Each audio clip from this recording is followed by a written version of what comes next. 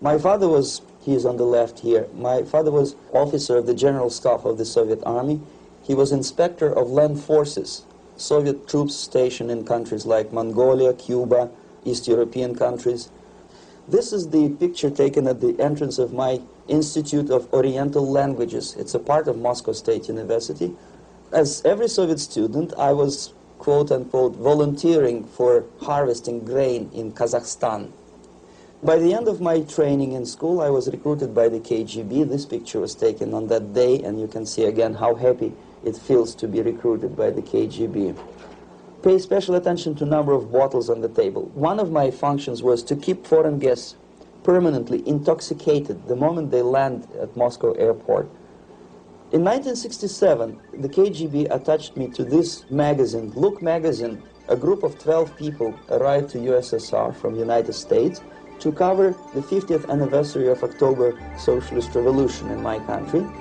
From the first page to the last page, it was a package of lies.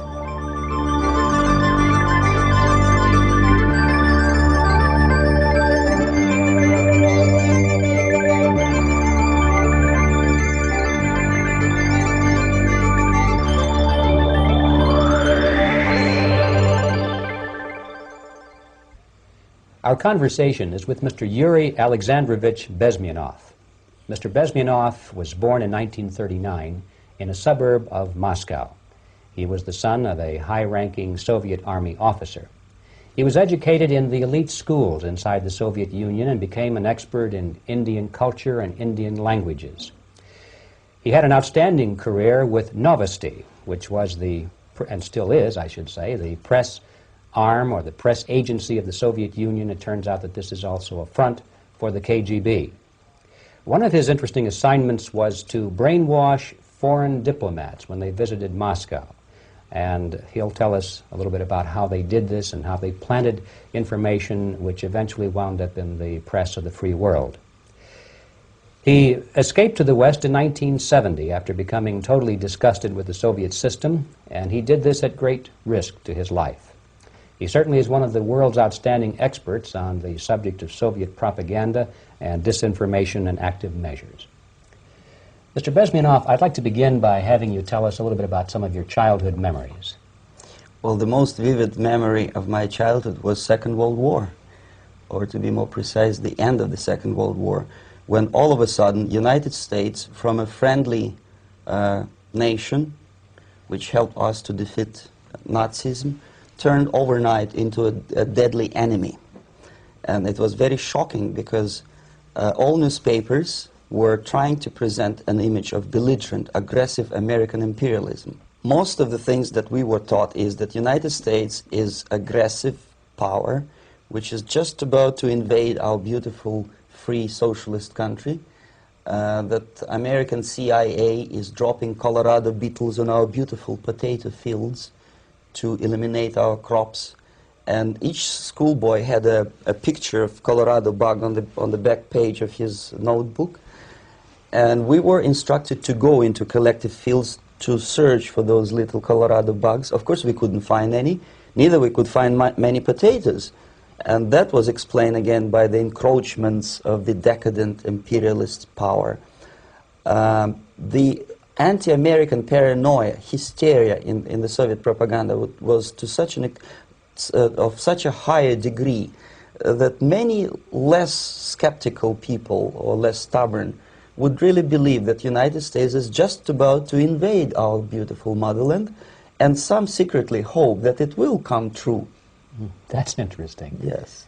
Well, getting back to life inside the Soviet Union or inside communist countries in general, in this country, at the university level primarily, we read and hear that the Soviet system is different from ours, but not that different, and that there is a convergence developing between all of the systems of the world, and that really it doesn't make an awful lot of difference what system you live under because you have corruption and dishonesty and tyranny and all that sort of thing. From your personal experience, what is the difference between life under communism and life in the United States? Well, life is obviously very much different for simple reason that the Soviet Union is a state capitalist economically. It's a state capitalism where an individual has absolutely no rights, no value, his life is nothing, it's just like an insect. He is disposable, whereby in the United States even the worst criminal is treated as a human being. He has a fair trial, and some of them capitalize on their crimes. They publish their memoirs in their prisons and get handsomely paid by your crazy publishers. The differences, of course, in the daily life are very various, depending on whom we are talking about. In my own private life, I never suffered from communism simply because I was brought up in a family of high-ranking military officer. Most of the doors were open for me.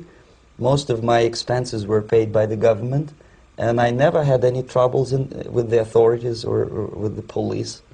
So, in other words, I would say I enjoyed, or I had good reasons to enjoy all the advantages of so-called socialist system. Mm-hmm. My main motivations to defect had nothing to do with affluence. It was mainly moral indignation, moral protest, rebellion against the inhuman methods of the Soviet system. Well, specifically, what did you object to? I objected, first of all, against oppression of my own dissidents and intellectuals. And that was the most disgusting thing that I witnessed as a young man, young student, who was brought up at a very troublesome period in our history, from Stalin to Khrushchev, from total tyranny and oppression to some kind of liberalization. Second, when I started working for the Soviet embassy in India, to my horror, I discovered that we are millions times more oppressive than any colonial or imperialist power in the history of mankind. That my country brings to India not freedom, progress, and friendship between the nations, but racism, exploitation, and slavery, and of course economical inefficiency to this country. Since I fell in love with India, I developed something which by KGB standards is extremely dangerous thing. It's called split loyalty, when an agent likes a country of assignment more than his own country.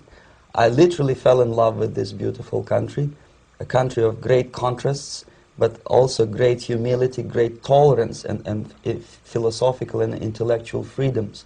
My ancestors used to live in caves and eat raw meat when India was a highly civilized nation 6,000 years ago. So obviously the choice was not to the advantage of my own nation. I decided to defect and to entirely dissociate myself from that brutal regime. Mr. Bezmenov, we've read a lot about the concentration camps and the slave labor camps under the Stalin regime. Now the general impression in America is that those things are part of the past. Are they still going on today, or what is the status? Yes. There's no qualitative change in the Soviet concentration camp system. There are changes in numbers of prisoners. Again, this is unreliable Soviet statistics. We don't know how many political prisoners are there in the Soviet concentration camps. But we sure know from various sources that at each particular time there are close to 25 to 30 million of Soviet citizens who are virtually kept as slaves in forced labor camp system. The size of the population of a country like Canada is serving terms as prisoners. Incredible. So I would say that those intellectuals who try to convince American public that concentration camp system is a thing of a past are either conscientiously misleading public opinion, or they are not very intellectual people. They're selectively blind. They lack intellectual honesty when they say that. Well, we've spoken about the intellectuals in this country and also the intellectuals in the Soviet Union. What about down at the broad mass level? Do the people in general, the working people, the workers in general in the Soviet Union, do they support the system? Do they tolerate it? What is their attitude? Well, average Soviet citizen, if there is such an animal, of course, does not like the system because it hurts, it kills. he may not understand the reasons, he may not have enough information or educational background to understand. But I doubt very much there are many people who are conscientiously supporting the Soviet system. There are not such people in USSR. Even those who have all the reasons to enjoy socialism, people like myself, who were a member of journalistic elite, they also hate the system for different reasons, though. Not because they lack material affluence, but because they are unfree to think, they are in constant fear, duplicity, split personality. And this is the greatest tragedy for my nation. Well, what do you think are the chances of the people actually overcoming their system or replacing it? There is a great possibility that system will sooner or later be destroyed from within. There is a self-destructive mechanism built into any socialist or communist or fascist system, because there is lack of feedback, because the system does not rely upon loyalty of population. But until this Soviet junta is being supported by the Western so-called imperialists, that is, multinational companies, establishments, governments, and let's face it, intellectuals, so-called academia in the United States is famous for supporting the Soviet system. As long as the Soviet junta will keep on receiving credits, money, technology, grain deals, and political recognition from all these traitors of democracy or freedom, there is no hope, there is not much hope for changes in my country, and the system will not collapse by itself simply because it's being nourished by so-called American imperialism. This is the greatest paradox in history of mankind, when capitalist world supports and actively nourishes its own destroyer, destructor.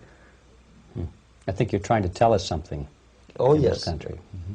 I'm trying to tell you that it has to be stopped unless you want to end up in Gulag system and enjoy all the advantages of socialist equality, working for free, catching fleas on your body, sleeping on the planks of plywood in Alaska this time, I guess.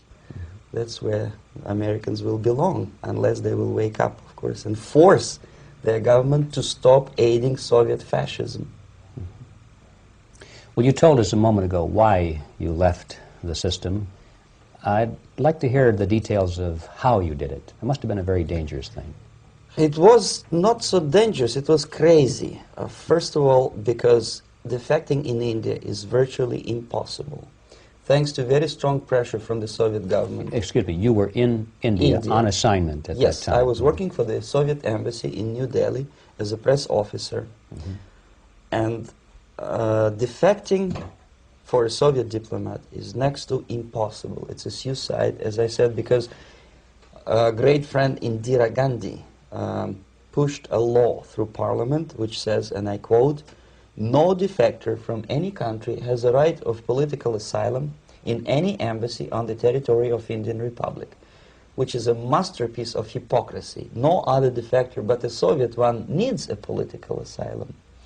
So, knowing that perfectly well, I planned a craziest possible way to defect. I studied counterculture in India. There were thousands of young American boys and girls with no shoes, long hair, smoking hash and marijuana, studying sometimes Indian philosophy, sometimes simply pretending that they study. And they greatly annoyed Indian police, and they were laughing stock of Indians because obviously they were good-for-nothing students. I studied carefully where they congregate, what routes they travel, what language they speak, what do they smoke. And one day I simply joined a group of hippies to avoid detection of Indian police. I was dressed as a typical hippie with blue jeans, long kameez shirts, with all kind of nice decorations like beads, long hairs, I bought a wig because for several weeks I had to turn myself from a conservative Soviet diplomat into a very progressive American hippie. And that was the only way that I could avoid detection. It was very interesting experience, but it was necessary because from my own knowledge as a member of Soviet embassy staff, I knew that there were many cases when Soviet defectors were betrayed by Indian police, and also some Western embassies played a very dirty role in betraying the Soviet defectors. According to our information, they were some, I wouldn't call them double agents, but simply immoral people working for this for the United States embassy, and confiding in people like this would be a suicide. So I had to be extremely careful. I could not trust anyone, and that was the reason for such a crazy way to defect. Well, had you been caught in the act of trying to get out, what would have happened to you? Oh, most likely I would end up in concentration camp. Or, depending on the situation and on the whim of some bureaucrat in KGB, maybe even executed. This is normal practice. Quietly, of course, not publicly. But that would be the end of my defection, of course. Well, when did you finally make it to the United States? In 1970, after about 6 months of debriefing in Athens by the CIA, and I presume FBI too, they let me go first to Germany, then to Canada. That was my decision. I had to change my identity to protect my family and my friends in USSR. And also I was a little bit paranoid, knowing that both Soviet KGB and probably some double agents within the American system may be after me. So I wanted to settle down as far away as possible. I requested CIA to give me some kind of new identity and just let me go on my own. And I settled in Canada. I was a student. I changed many professions, from farm help and laundry truck driver to language instructor and broadcaster for Canadian Broadcasting Corporations in Montreal. Well, have you had any threats on your life or any yes. unpleasant in about 5 years, KGB eventually discovered that I am working for Canadian Broadcasting. I made a very big mistake. I started working for overseas service of CBC, which is similar to Voice of America, in Russian language. And of course, monitoring service in USSR picked up every new voice. Every new announcer, they would make it a point to discover who he is. And in 5 years, sure enough, slowly but surely, they discovered that I am not Thomas Schumann, that I am Yuri Alexandrovich Bezmenov, and that I am working for Canadian Broadcasting, and undermining beautiful détente between Canada and USSR. And the Soviet ambassador Alexander Yakovlev made it his personal effort to discredit me. He complained to Pierre Trudeau, who is known to be a little bit soft on socialism. And the management of CBC behaved in a very strange, cowardly way, unbecoming to representatives of an independent country like Canada. They listened to every suggestion that Soviet ambassador gave, and they started shameful investigation, analyzing content of my broadcasts to USSR. And sure enough, they discovered that some of my statements were probably would be offending to the Soviet Politburo. So I had to leave my job. And of course, subtle intimidations. They would say something like, please cross the street carefully because, you know, traffic is very heavy in Quebec. And fortunately, I know about the psychology and the logic of activity of the KGB, and I never allowed myself to be intimidated. This is the worst thing. This is what they expect a person, a defector, to be intimidated. Once they spot that you are scared, they keep on developing that line And then eventually you either have to give up entirely and work for them, or they neutralize you. They would definitely stop all kind of political activity, which they failed to do in my case, because I was stubbornly working for the Canadian Broadcasting. And in response to their intimidations, I said that, look, this is a free country, and I am as free as you are. And I also can drive very fast. And gun control is not yet established in Canada, so I had a couple of good shotguns in my basement. So welcome to visit me someday with your Kalashnikov's machine guns. So obviously it didn't work. Intimidation didn't work. So they tried different approach, as I described. They approached on the highest level, on the level of Canadian bureaucracy. And at that level they were successful. On that level they were successful. On individual level they failed flat.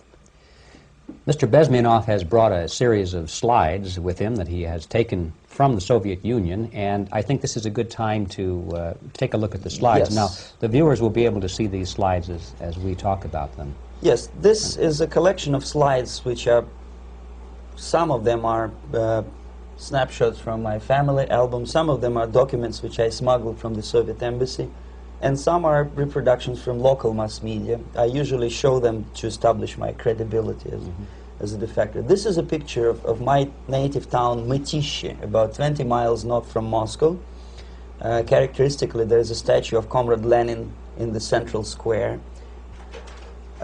This is myself at the age of 7, again, characteristically, under the statue of Comrade Stalin, extending his friendly hand to peoples of the world.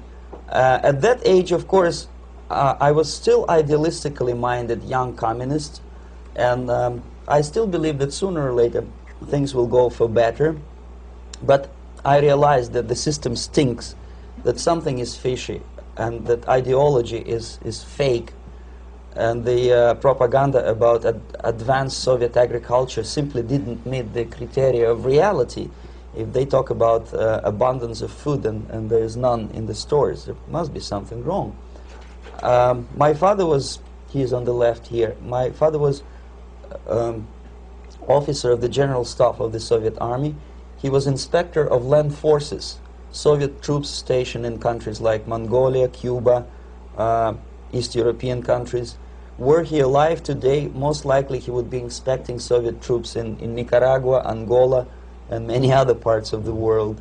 Fortunately, he died and he didn't see the disgrace, because deep inside he was a Russian patriot. He didn't like the idea of expanding Soviet military might, especially in the areas where we were not welcomed at all. Unlike many other military officers, he was reporting directly to the Minister of Defense, bypassing KGB and diplomatic service. In other words, he was a trusted military professional. And my impression that this type of people are much less hawkish and adventuristic than party bureaucrats in Kremlin. When American mass media describes Soviet military as potentially dangerous counterpart for Pentagon, I simply laugh, because I know better. I know that the most dangerous part of the Soviet power structures are not military at all. Most likely, if they come to power in my country, they'll be more sensible negotiators for nuclear disarmament and withdrawal of the Soviet troops from many parts of the world. But if someone from the party structure or the KGB structure were to give the orders for a military intervention, they have to obey, they would follow, because they are professional military. But they, you see, the triangle of power and hate in USSR is the party at the top, the party elite, the oligarchy of the party, then the military and the KGB at the bottom. They hate each other, and the most hated triangle, the most hated corner of the triangle is the Communist Party bureaucrats. They are the most adventuristic, senile megalomaniacs. They can start war, I wouldn't be surprised. Not the military. They know what war is. Yes. At least my father did. This is the picture taken at the entrance of my Institute of Oriental Languages. It's a part of Moscow State University. I graduated in 1963. And now, excuse me, which one were you on? I am on the right. You're on the right. And on the left is my my schoolmate Vadim Smirnov, who later was an apparatchik in the Central Committee of the Soviet Union Communist Party. What is an apparatchik? It's a functionary, something like civil service in British Empire. Someone who is never fired from the service. He stays there internally. He may not be promoted too high, but he's a dependable bureaucrat who will stay forever. I studied not only languages, but also history, literature, even music. I'm on this picture, I'm trying to learn how to play Indian musical instrument. I even tried to look like an Indian when I was second-year student. Not bad, really. Yes, actually it was strongly encouraged by the instructors in my school, because the graduates of my school were later on employed as diplomats, foreign journalists, or spies. As every Soviet student, I was quote-unquote volunteering for harvesting grain in Kazakhstan. This is the biggest agricultural blunder of the Soviet government. But I didn't have much choice, of course, because the communist motto borrowed from the Bible says, "Those who do not work shall not eat." And you can see me eating, therefore I was working, and you can see how happy I was about it. I went through a very extensive physical and military training, including the military games in areas, suburban areas of Moscow. And here, for example, we are on the tour in Arkhangelsk area. And by the end of my training in school, I was recruited by the KGB. This picture was taken on that day, and you can see again how happy it feels to be recruited by the KGB. Our conversation with Yuri Alexandrovich Bezmenov, who is a defector from the Soviet Union, a former propaganda agent for Novosti and the KGB, will continue after this message.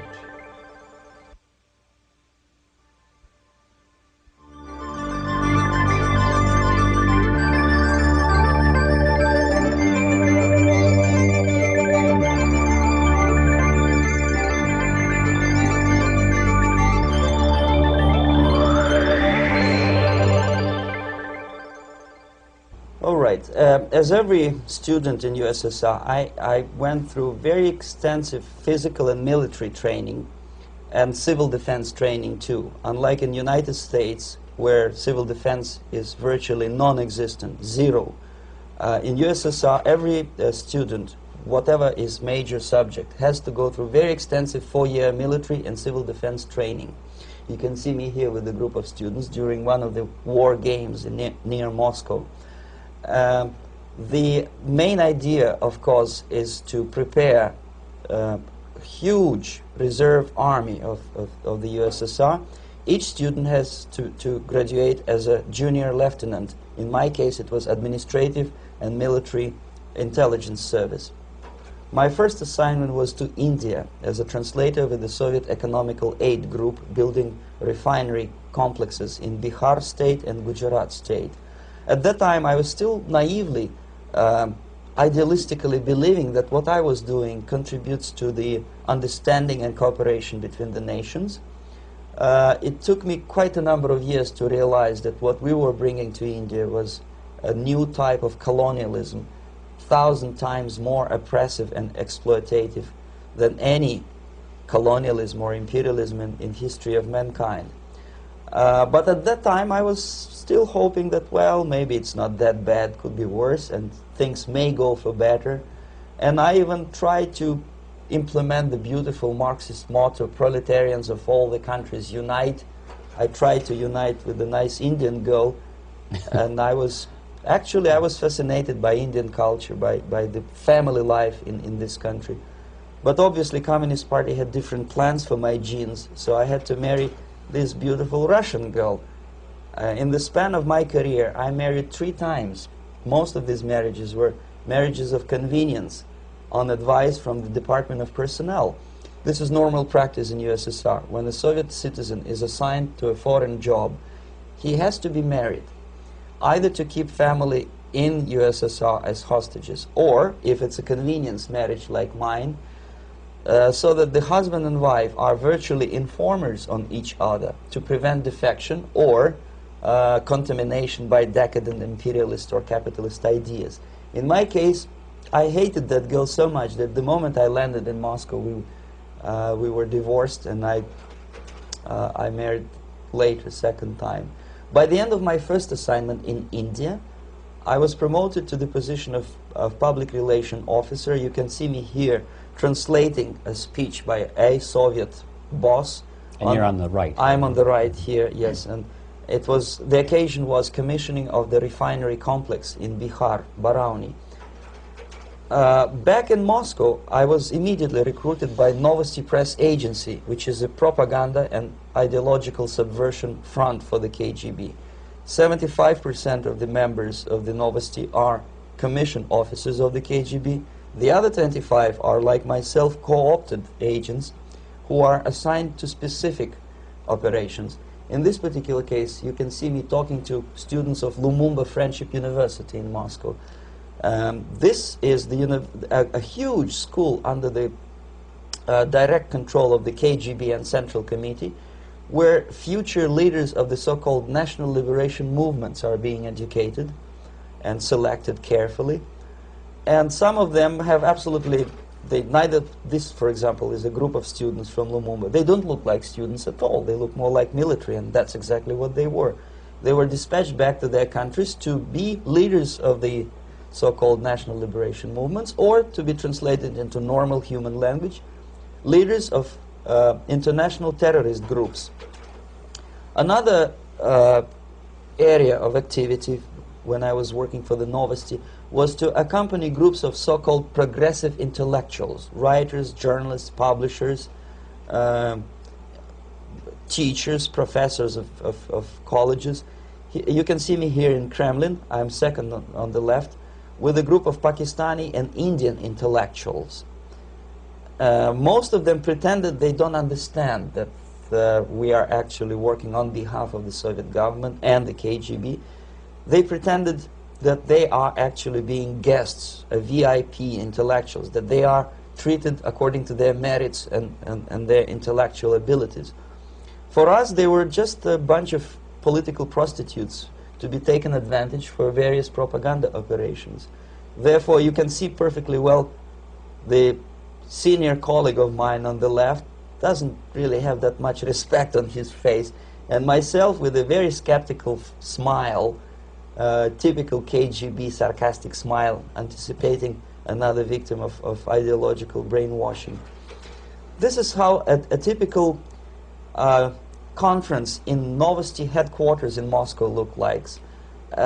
Sitting in the middle is Boris Burkov, the then director of Novosti Press Agency, high-ranking party bureaucrat in the Department of Propaganda. I am standing next to a famous Indian poet, Sumitranandan Pant. He was famous because he was an author. He was the author of a famous poem titled Rhapsody to Lenin. That's why he was invited to USSR, and everything was paid by the Soviet government. Pay special attention to number of bottles on the table. This is one of the ways to kill the awareness or curiosity of foreign journalists. One of my functions was to keep foreign guests permanently intoxicated the moment they land at Moscow airport. I had to take them to the VIP lounge and toast to friendship and understanding between the nations of the world. Glass of vodka, then a second glass of vodka. And in no time, my guests would be feeling very happy. They would see everything in kind of pink, nice color. And that's the way I had to keep them permanently for the next 15 or 20 days. At a certain point in time, I had to withdraw alcohol from them so that some of them, who are the most recruitable, would feel a little bit shaky, guilty, trying to remember what they were talking last night. That's the time to approach them with all kind of nonsense, such as joint communique or statement for Soviet propaganda. That's the time they are the most flexible. And of course, what they didn't understand, they didn't realize or pretended not to realize, that myself, who was drinking together with them, was not drinking at all. I had ways to get rid of alcohol through various techniques, including special pills which were given to me by my colleagues.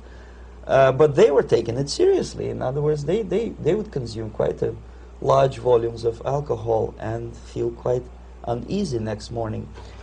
In 1967, the KGB attached me to this magazine, Look magazine.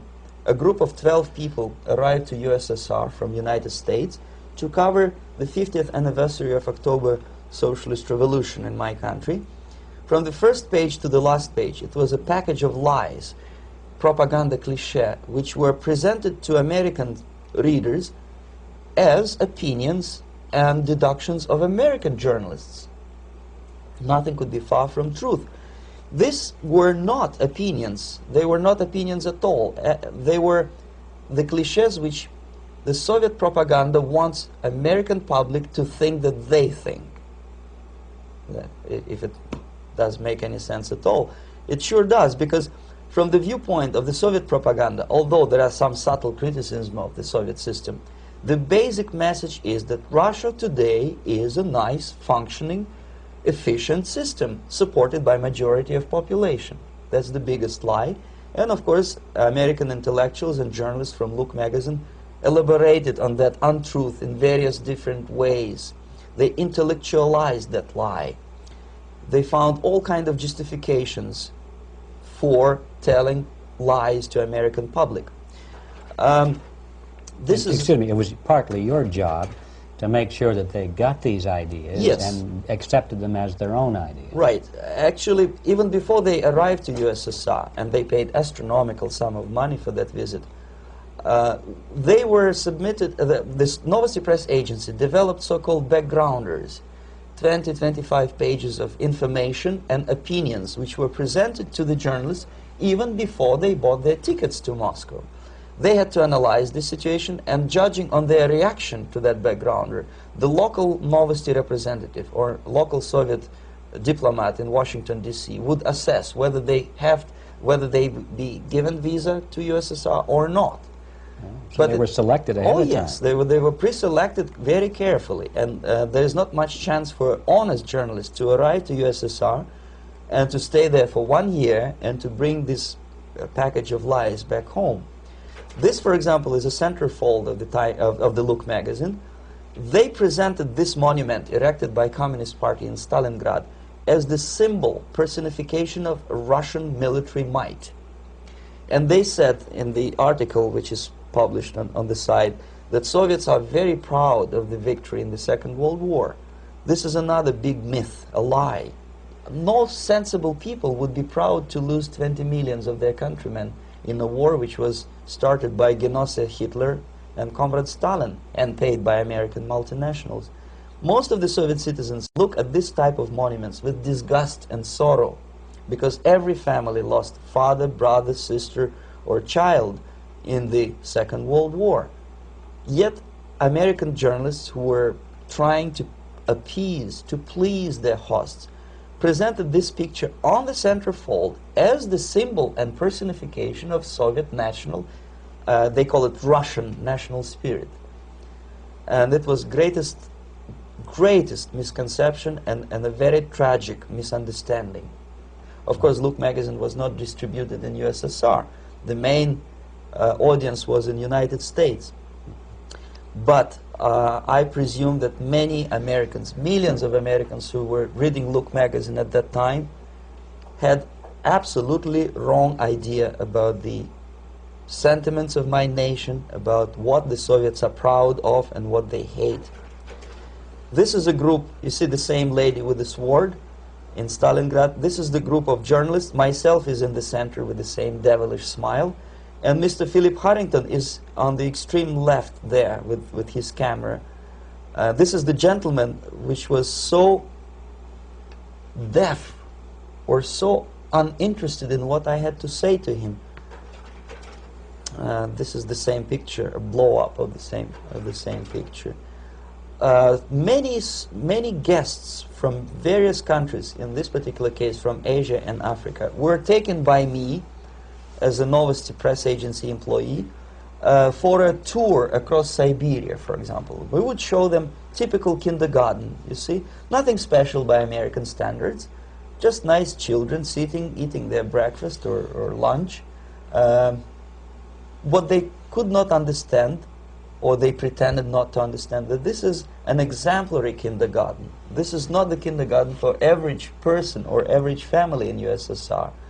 And we maintain that illusion in their minds. You can see myself under the red spot in the middle there, with the same business-like expression. I'm doing my job. That's what I'm assigned to do, and that's what I was paid to do. But deep inside, I still hope that at least some of these useful idiots would understand that what they are looking at has nothing to do with the level of affluence in my nation. This is a better picture which reflects the true spirit of the Soviet childhood. This picture was printed in a Canadian government publication by mistake. In the middle you can see children playing on a small courtyard, and the caption goes, "This is a typical kindergarten in Siberia." What these idiots didn't understand, that it is not kindergarten at all. It is a prison for children of political prisoners. But there was not a single mentioning that what they were visiting actually was an area of concentration camps. And the job of people like myself to help them to not to notice that they are actually talking to prisoners. Most of the children were dressed, especially on the occasion of the foreigners' visit. Of course, there were no corpses on the ground. There were no machine gun guards. And well, it looks not very pleasant, as you see. It looks dull, but obviously it does not create an impression that this is actually a prison.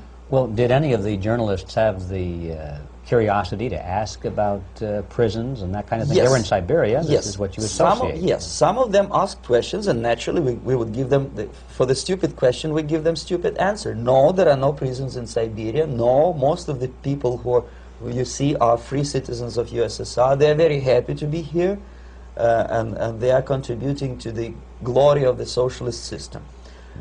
Some of them pretended that they believe what I was telling them, and most of them, we may discuss it later, what are the motivations of these people? Why would they stubbornly bring lies to their own population through their own mass media? I have various answers to this. There is not a single explanation. It's a complex of explanations. It's fear, pure biological fear. They understand that they are on the territory of an enemy state, a police state. And just to save their rotten skins and their miserable jobs, their affluence back home, they would prefer to tell a lie than to ask truthful questions and report truthful information. Second, most of these schmucks were afraid to lose their jobs, because obviously if you tell truth about my country, you will not last long as a correspondent of New York Times or Los Angeles Times. They will fire you. What kind of correspondent are you? You obviously cannot find common language with Russians if they kick you out in 24 hours. So just by trying to be conformist to their own editorial bosses, they tried not to offend the sentiments of the Soviet administrators and people like myself. Deep inside, I hope they would insult my or offend my sentiments. Obviously, they preferred not to. Another reason, I refuse to believe it, but obviously there is another reason. Obviously, it's a greed. These people earn a lot of money. When they come back to USA, they claim that they are experts on my country. They write books which sells in million copies, titled like Russians, The Truth About Russia. Most of it is lie about Russia. Yet they claim to be Sovietologists. They play back myth about my country, the propaganda cliches. Yet they stubbornly resist the word of truth. If a person like Solzhenitsyn is either defecting or kicked out of USSR, they try all their best to discredit him and to discourage him. I don't have much chance to appear on national network with a true story about my country. But a useful idiot like Hendrik Smith or Robert Kaiser, they are big heroes. They come back from USSR. They say, oh, we were talking to dissidents in Russia. Big deal. Soviet dissidents are chasing American correspondents in the streets, and they're cowardly escaping from these contacts. For some strange reason, if you want to know more about Spain, you refer to Spanish writers. If you want to learn more about French, you read French writers. Even about Antarctica, I bet you would read Penguins. Only about the Soviet Union, for some strange reason, you read Hendricks and Schmendricks and all kind of Kissingers, because they claim that they know more about my country. They know nothing, or next to nothing, or they pretend that they know more than they actually do. I would say they are dishonest people who lack integrity and common sense and intellectual honesty. They bring back all kind of stories like that. A kindergarten in Siberia. Omitting the most important fact, it's a prison for children of political prisoners. Another greatest example of monumental idiocy of American politicians. Edward Kennedy was in Moscow, and he thought that he is a popular, charismatic American politician who is easygoing, who can smile, dance at the wedding in Russian Palace of Marriages. What he did not understand, or maybe he pretended not to understand, that actually he was being taken for a ride. This is a staged wedding, especially to impress foreign media, or useful idiots like Ed Kennedy. Most of the guests there, they had security clearance, and they were instructed what to say to foreigners. This is exactly what I was doing. You can see me in the same damn wedding palace in Moscow where Ed Kennedy was dancing here. You see, smiling. He thinks he's very smart. From the viewpoint of Russian citizens who observe this idiocy, he's narrow-minded, egocentrical idiot who tries to earn his own popularity through participation in propaganda farces like this. Here you can see myself. On the right, again, exemplary Soviet bride. On the left, 3 journalists from various countries, Asia, Africa, and Latin America. Obviously, they enjoying the situation. They will go back home and write the reports. We were present on a regular Soviet wedding. They were not present on a regular Soviet wedding. They were present, they were parts of a farce, of a circus performance. Another thing which I had to, sometimes risking my life to explain to foreigners. Time magazine, for example, is very critical of South African racist regime. The whole article was dedicated to the shameful internal passport system where blacks are not allowing to live with whites. For some strange reason, for the last 14 years since my defection, nobody wanted to pay attention to my passport. This is my passport. It also shows my nationality, and it has a police rubber stamp, which is called propiska in Russian language, which assigns me to a certain area of residence. I cannot leave that area, same way as this black man cannot leave the area in South Africa. Yet we call South African government racist regime. Not a single Jane Schmonda or Fonda is brave enough, courageous enough to come to media and say, look, this is what happens in USSR. I send a copy of my passport to many American liberals and civil rights defenders and all the other useful idiots. They never bothered to answer me back. This shows what kind of integrity, what kind of honesty these people are. They're a bunch of hypocrites because they don't want to recognize a good example of racism in my country.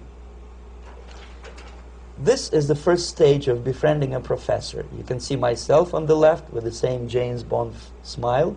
On the right is my KGB supervisor, Comrade Leonid Mitrokhin, and in the middle a professor of political science in Delhi University. The next stage would be to invite him to a gathering of Indo-Soviet Friendship Society. There he is sitting next to his wife before he is being sent to USSR for free trip. Everything is paid by the Soviet government. He was made to believe that he is invited to USSR because he is a talented, sober-thinking intellectual. Absolutely false. He is invited because he is a useful idiot, because he would agree and subscribe to most of the Soviet propaganda cliché. And when he is coming back to his own country, he is going for years and years to teach the beauties of Soviet socialism, newer and newer generations of his students, thus promoting the Soviet propaganda line. The KGB was even curious about this gentleman. It may look innocent. Maharishi Mahesh Yogi, a great spiritual leader, or maybe a great charlatan and crook, depending on from which side you're looking at him. Beatles were trained at his ashram in Hardwar in India how to meditate. Mia Farrow and other useful idiots from Hollywood visited his school, and they returned back to United States absolutely zonked out of their minds with marijuana, hashish, and crazy ideas of meditation. To meditate, in other words, to isolate oneself from the current social and political issues of your own country. To get into your own bubble, to forget about troubles of the world. Obviously, KGB was very fascinated with such a beautiful school, such a brainwashing center for stupid Americans. I was dispatched by the KGB to check what kind of VIP Americans attend this school. That's you on the left. Yes, I'm on the left. I was trying to get enrolled in that school. Unfortunately, the Maharishi Mahesh Yogi asked too much. He wanted $500 American for enrollment. But my function was not actually to get enrolled in the school. My function was to discover what kind of people from United States attend this school. And we discovered that, yes, there are some influential members of family, public opinion makers of United States, who come back with the crazy stories about Indian philosophy. Indians themselves look upon them as idiots, useful idiots. To say nothing about KGB, who looked at them as extremely naive, misguided people. Obviously, a VIP, say a wife of a congressman, or a prominent Hollywood personality, after being trained in that school, is much more instrumental in the hands of manipulators of public opinion and KGB than a normal person who understands, who looks through this type of fake religious training. Why would they be more susceptible to manipulation? I just mentioned that because, you see, a person who is too much involved in introspective meditation. You see, if you carefully look what Maharishi Mahesh Yogi is teaching to Americans, is that most of the problems, most of the burning issues of today can be solved simply by meditating. Don't rock the boat. Don't get involved. Just sit down, look at your navel, and meditate. And the things, due to some strange logic, due to cosmic vibration, will settle down by themselves. This is exactly what the KGB and Marxist-Leninist propaganda wants from Americans, to distract their opinion, attention, and mental energy from real issues of the United States into a non-issues, into a non-world, non-existent harmony. Obviously, it's more beneficial for the Soviet aggressors to have a bunch of duped Americans than Americans who are self-conscious, healthy, physically fit, and alert to the reality. Maharishi Mahesh Yogi obviously is not on the payroll of the KGB. But whether he knows it or not, he contributes greatly to demoralization of American society. And he's not the only one. There are hundreds of those gurus who come to your country to capitalize on naivete and stupidity of Americans. It's a fashion. It's a fashion to meditate. It's a fashion not to be involved. So obviously, you can see that if KGB were that curious, if they paid my trip to Hardwar, if they assigned me to that strange job, obviously they were very much fascinated. They were convinced that that type of brainwashing is very efficient and instrumental in demoralization of the United States. Our conversation with Yuri Alexandrovich Bezmenov, who is a defector from the Soviet Union, a former propaganda agent for Novosti and the KGB, will continue after this message.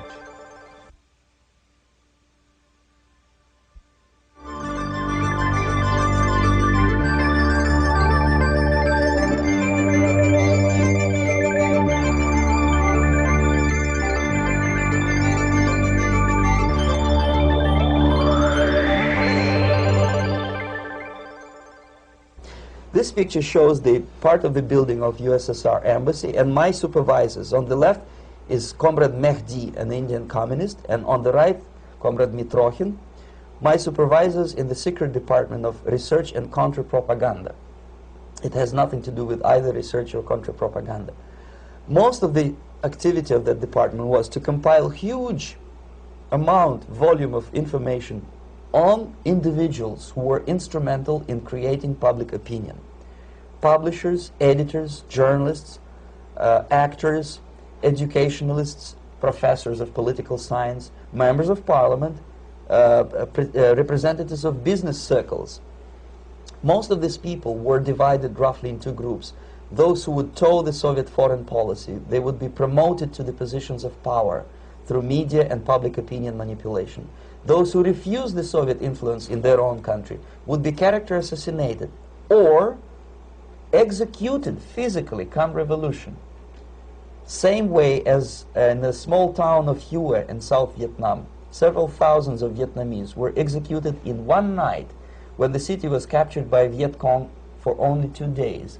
And American CIA could never figure out how could possibly communists know each individual, where he lives, where to get him, and would be arrested in one night, basically in some 4 hours before dawn, put on a van, taken out of the city limits and shot. The answer is very simple. Long before communists occupied the city, there was extensive network of informers, local Vietnamese citizens, who knew absolutely everything about people who are instrumental in public opinion, including barbers and taxi drivers. Everyone who was sympathetic to the United States was executed. Same thing was done under the guidance of the Soviet embassy in Hanoi, and same thing I was doing in New Delhi. To my horror, I discovered that in the files where people were doomed to execution, there were names of pro-Soviet journalists with whom I was personally friendly. Pro-Soviet? Yes. They were idealistically minded leftists who made several visits to USSR, and yet the KGB decided that come revolution or drastic changes in political structure of India, they will have to go. Why is that? Because they know too much. Simply because, you see, the useful idiots, the leftists who are idealistically believing in the beauty of Soviet socialist or communist or whatever system, when they get disillusioned, they become the worst enemies. That's why my KGB instructors specifically made a point, never bother with leftists. Forget about these political prostitutes. Aim higher. This was my instruction. Try to get into large circulation, established conservative media. Rich, filthy rich movie makers, intellectuals, so-called academic circles.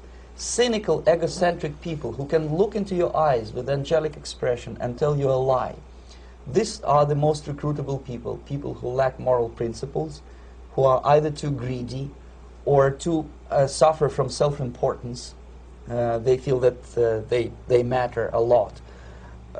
These are the people who KGB wanted very much to recruit. But to eliminate the others, to execute the others, don't they serve some purpose? Wouldn't they be the ones we rely on? They serve purpose only at the stage of destabilization of a nation. For example, your leftists in United States, all these professors and all these beautiful civil rights defenders, they are instrumental in the process of the subversion only to destabilize the nation. When their job is completed, they are not needed anymore. They know too much. Some of them, when they get disillusioned, when they see that Marxist-Leninists come to power, obviously they get offended. They think that they will come to power. That will never happen, of course. They will be lined up against the wall and shot. But they may turn into the most bitter enemies of Marxist-Leninists when they come to power. And that's what happened in Nicaragua. You remember most of these former Marxist-Leninists were either put to prison or one of them split, and now he's working against Sandinistas. It happened in Grenada when Maurice Bishop was already a Marxist. He was executed by a new Marxist who was more Marxist than this Marxist. Same happened in Afghanistan when first there was Taraki, he was killed by Amin, then Amin was killed by Babrak Karmal with the help of KGB. Same happened in Bangladesh when Mujibur Rahman, very pro-Soviet leftist, was assassinated by his own Marxist-Leninist military comrades. It's the same pattern everywhere. The moment they serve their purpose, all the useful idiots are either be executed entirely, all the idealistically minded Marxists, or exiled or put in prisons, like in Cuba. Many former Marxists are in Cuba, in prison. So most of the Indians who were cooperating with the Soviets, especially with our Department of Information of the USSR Embassy, were listed for execution. And when I discovered that fact, of course I was sick. I was mentally and physically sick. I thought that I'm going to explode one day during the briefing at the ambassador's office. I would stand up and say something that we are basically a bunch of murderers. That's what we are. It has nothing to do with friendship and understanding between the nation and blah, blah, blah. We are murderers. We behave as a bunch of thugs in a country which is hospitable to us, a country which with ancient traditions. But I did not defect. I tried to get the message across. To my horror, nobody wanted even to listen, least of all to believe what I had to say. And I tried all kinds of tricks. I would leak information through letters or lost documents or something like that. And still I got no message. The message was not published, even in the conservative mass media of India. The immediate impulse to defect was Bangladesh crisis, which was described by American correspondents as Islamic grassroots revolution, which is absolute baloney. There was nothing to do with Islam, and there was no grassroots revolution. Actually, there are no grassroots revolutions, period. Any revolution is a byproduct of a highly organized group of conscientious and professional organizers, but has nothing to do with grassroots. In Bangladesh, it was nothing with grassroots. Most of the Awami League party members, Awami League means People's Party, were trained in Moscow in the High Party School. Most of the Mukti Fauj leaders, Mukti Fauj in Bengali means People's Army, same as SWAPO and all kind of liberation armies all over the world, the same bunch of useful idiots. They were trained at Lumumba University and various centers of the KGB in Simferopol, in Crimea, and in Tashkent. So when I saw that Indian territory is being used as a jumping board to destroy East Pakistan, I saw myself thousands of so-called students traveling through India to East Pakistan, through the territory of India, and Indian government pretended not to see what's going on. They knew perfectly well, the Indian police knew it, the intelligence department of the Indian government knew it, the KGB of course knew it, and the CIA knew it.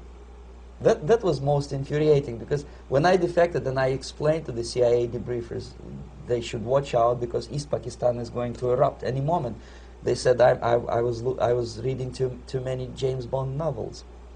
Anyway, so East Pakistan was doomed. One of my colleagues in the Soviet consulate in Calcutta, when he was dead drunk, he ventured into the basement to relieve himself, and he found big boxes which said printed matter to Dhaka University. Dhaka is the capital of East Pakistan. And since he was drunk and curious, he opened one of the boxes and he discovered not printed matter. He discovered Kalashnikov guns and ammunition in there. Anyway, it's a long story. When I saw the preparations for the invasion into East Pakistan, obviously I wanted to defect immediately. The only thing I couldn't at that time make up my mind when and where and how.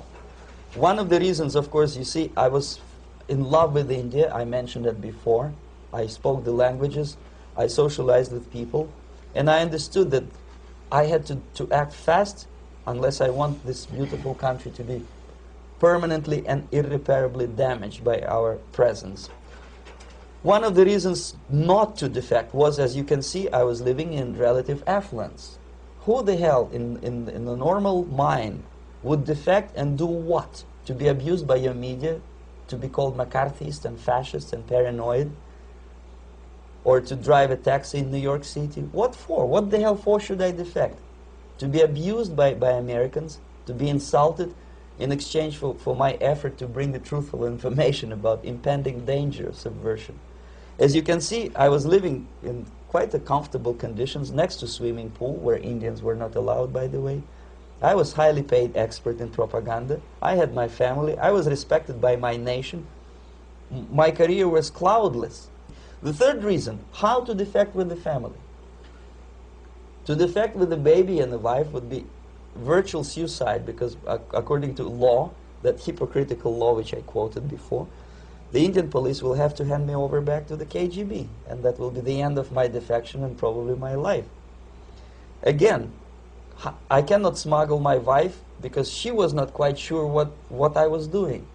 She was not that idealistically involved, and she was definitely not in the total picture of what I was doing for the KGB. She would be shocked if I you know, put her in my van and drive her to the American embassy or elsewhere. That would be a greatest danger. So again, I had to defect in such a way that my defection would look as simple disappearance. And there were many cases like that when the Soviet agents simply disappeared, either killed in action or, thanks to their curiosity and their close contacts with radicals, some of them were killed by the Marxists, by the way. It happened in many African countries when the Soviet KGB were killed by Africans themselves. Not because they hated Marxism and Leninism, but because they were simply trigger-happy bunch of unruly characters. If you give them a machine gun, they will shoot. And some of the Soviets obviously were not careful enough to protect themselves, and they got into embarrassing situations when they were shot at the crossfire between factions of so-called liberation movements. Anyway, so I decided, as I said, to study the counterculture. I decided this probably would be the best way to disappear. I socialized with characters like this. On the left, you see, is a barefoot American hippie. It took me quite a long time to study exactly what they were doing and how to mix with them. But eventually I did it. Most of Indian newspapers carried my picture and promise of 2,000 rupees for information about my whereabouts. But they were looking for the wrong person, because they obviously tried to stop a young Soviet diplomat in white shirt and tie, and this is how I looked at the time of defection. Nobody could possibly think that a Soviet diplomat would be as crazy as to join a bunch of hippies.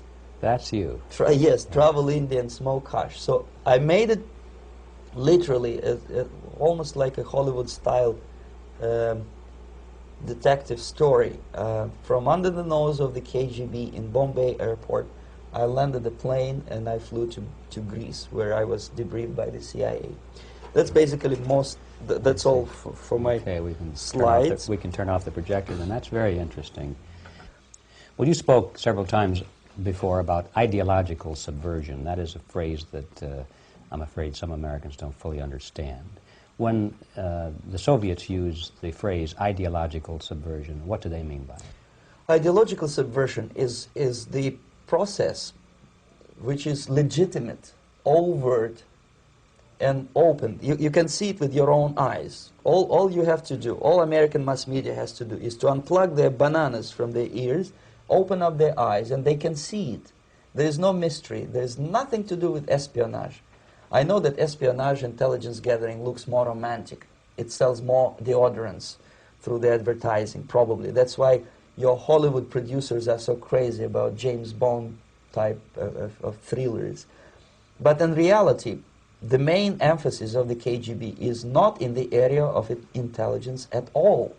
According to my opinion and opinion of many defectors of my caliber, only about 15% of time, money, and manpower is spent on espionage as such. The other 85% is a slow process which we call either ideological subversion or active measures, активные мероприятия in the language of the KGB, or psychological warfare.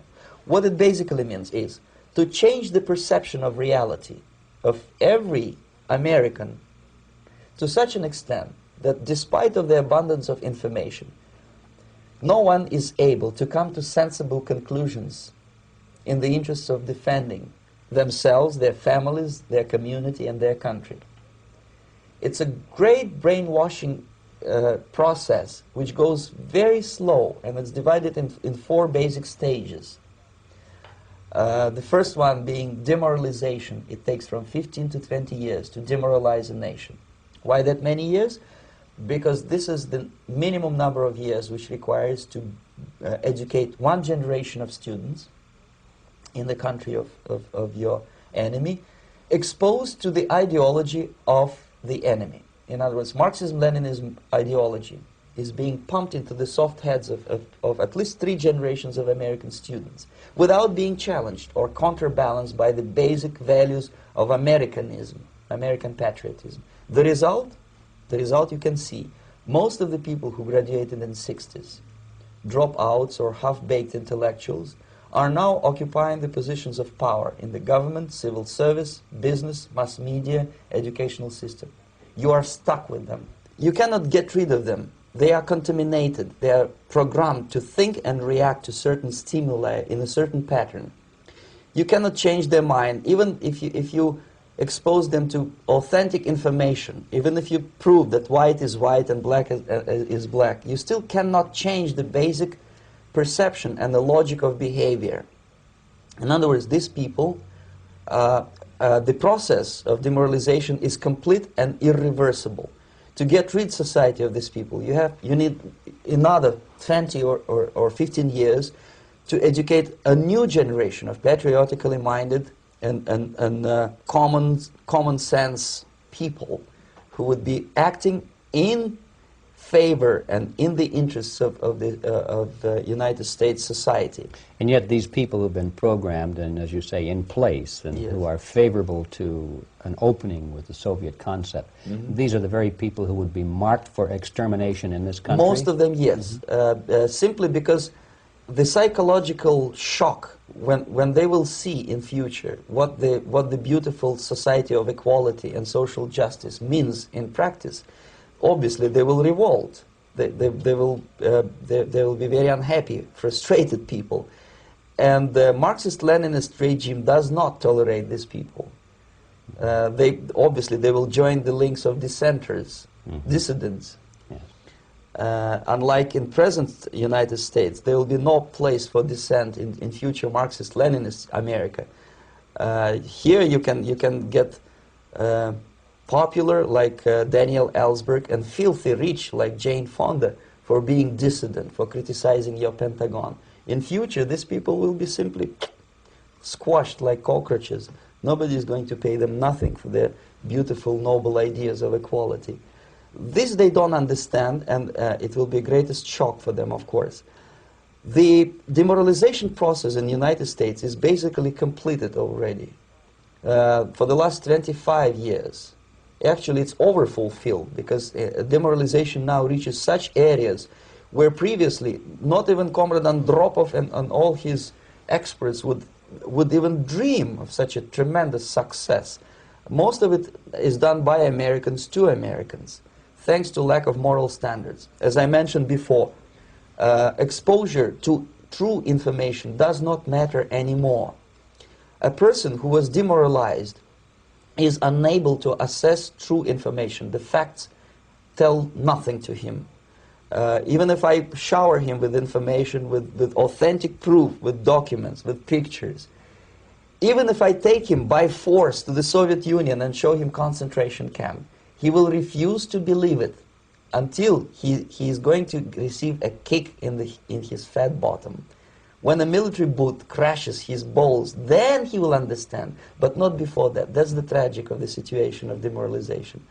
So basically America is stuck with demoralization, and unless, even if you start right now, here, this minute, you start educating new generation of Americans, it will still take you 15 to 20 years to turn the tide of ideological perception of reality back to normalcy and patriotism. The next stage is destabilization. This time, subverter does not care about your ideas and the patterns of your consumption. Whether you eat junk food and get fat and flabby, doesn't matter anymore.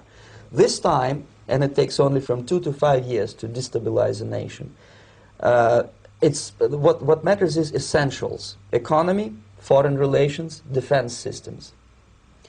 And you can see it quite clearly that in some areas, in such sensitive areas as defense and economy, the influence of Marxist-Leninist ideas in the United States is absolutely fantastic. I could never believe it 14 years ago when I landed in this part of the world, that the process will go that fast.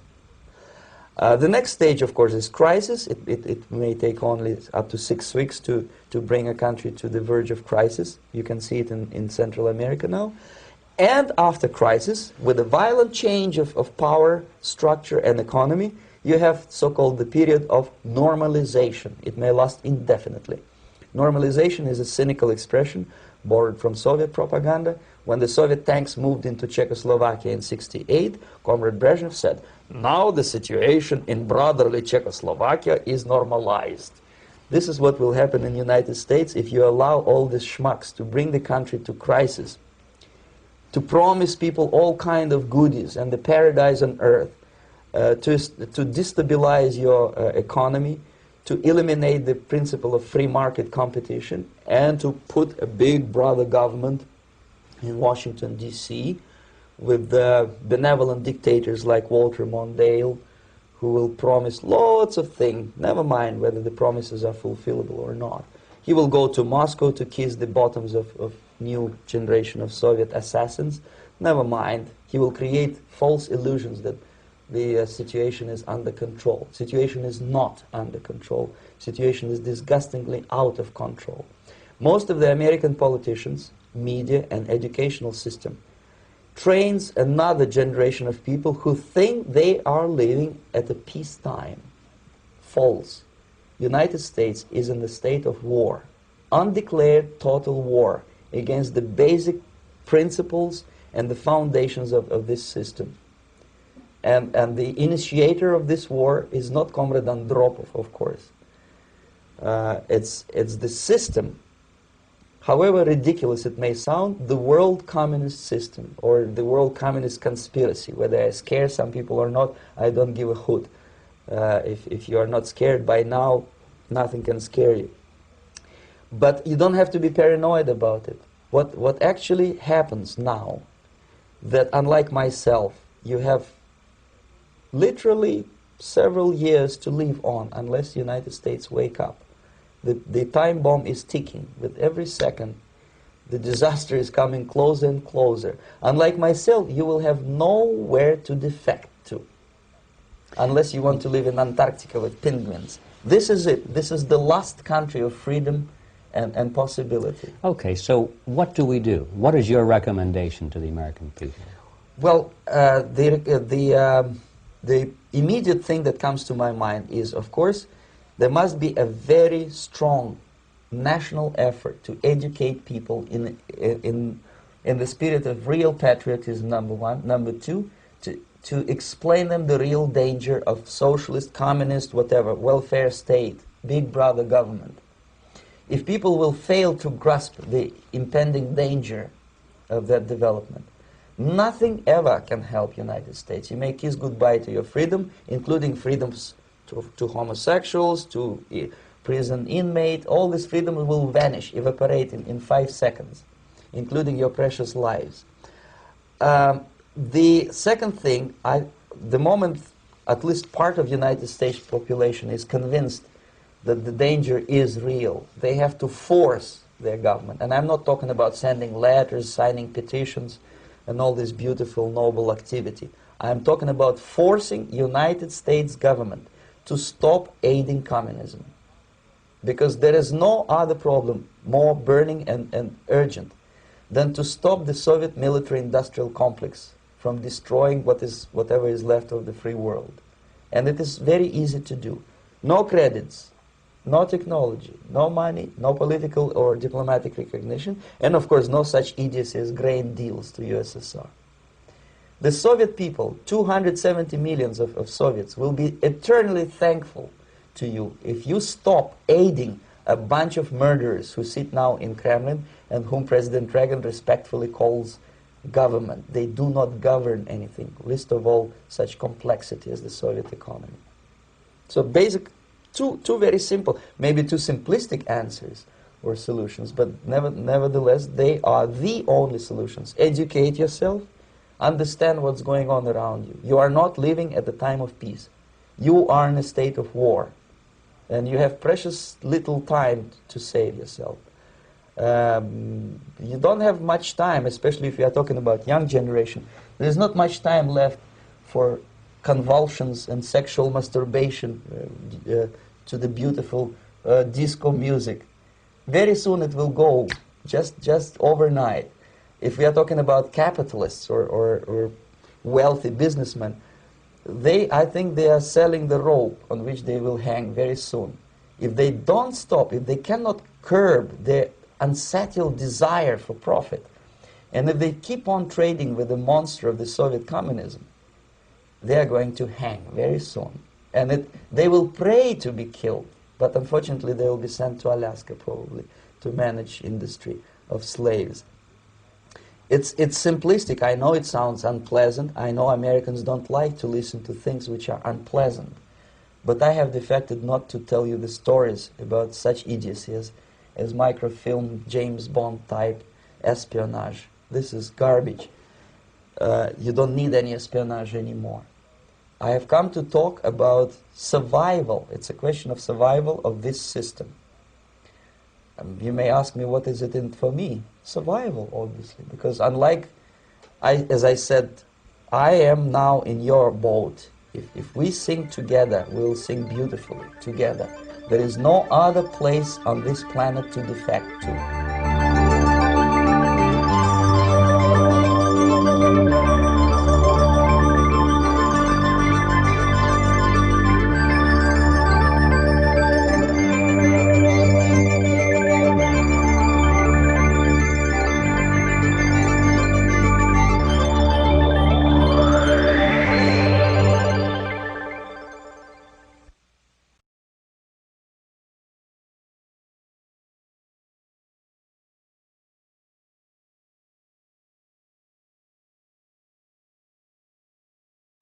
Subversion is the term, if you look in a dictionary or criminal code to that matter, usually is explained as a part of activity to destroy things like religion, government, system, political, economical system of a country. And usually it's linked to espionage and such romantic things as blowing up bridges, sidetracking trains, cloak and dagger activity in Hollywood style. What I'm going to talk about now has absolutely nothing to do with the cliché of espionage or KGB activity of collecting information.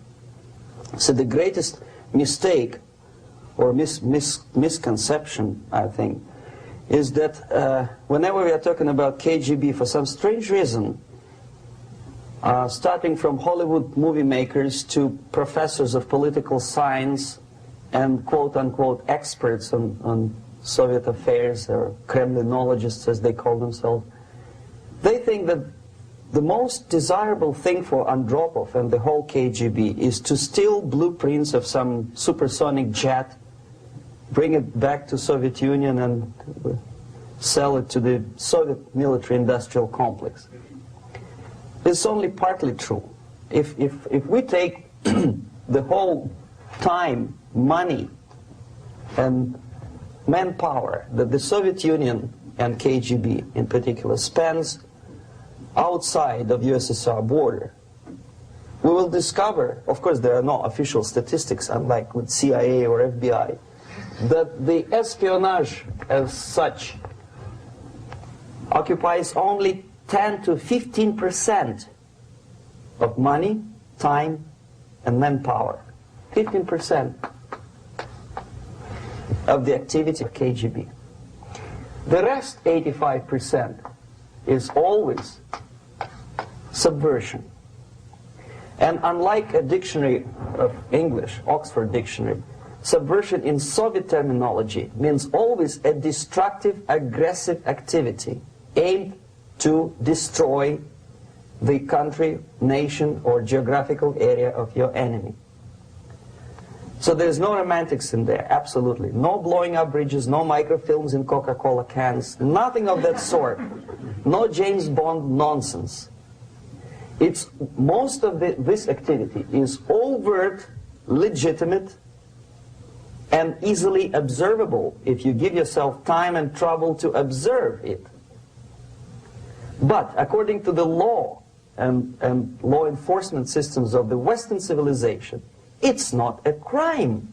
Exactly because of misconception, manipulation of terms. We think that subverter is a person who is going to blow up our beautiful bridges. No. Subverter is a student who comes for exchange, a diplomat, an actor, an artist, a journalist like myself was 10 years ago. Now, subversion is an activity which is a two-way traffic. You cannot subvert an enemy which doesn't want to be subverted.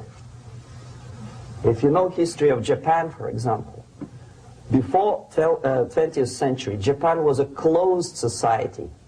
The moment a foreign boat comes to the shores of Japan, the Imperial Japanese Army politely tells them to get lost. And if American salesman comes to the shore of Japan, let's say 60 or 70 years from now back, and says, oh, I have a very beautiful vacuum cleaner for you, with the good financing, he says, please leave us, we don't need your vacuum cleaner. If they don't leave, they shoot them to preserve their culture, ideology, traditions, values intact. You were not able to subvert Japan. You cannot subvert Soviet Union because the borders are closed. The media is censored by the government. The population is controlled by the KGB and internal police. With all the beautiful glossy pictures of Time magazine and Magazine America, which is published by the American embassy in Moscow, you cannot subvert Soviet citizens because the magazine never reaches Soviet citizens. It's collected from the newsstands and thrown to garbage can. Subversion can be only successful when the initiator, the actor, the agent of subversion has a responsive target. It's a two-way traffic.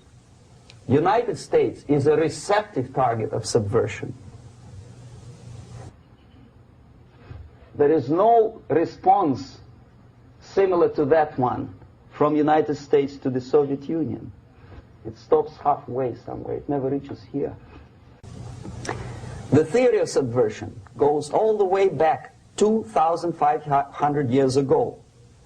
The first human being who formulated the tactics of subversion was a Chinese philosopher by the name of Sun Tzu.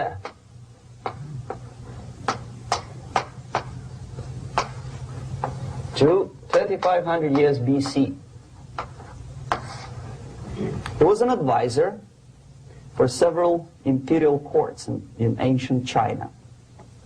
And he said, after long meditation, that to implement state policy in a warlike manner, it's the most counterproductive, barbaric, and inefficient to fight on a battlefield.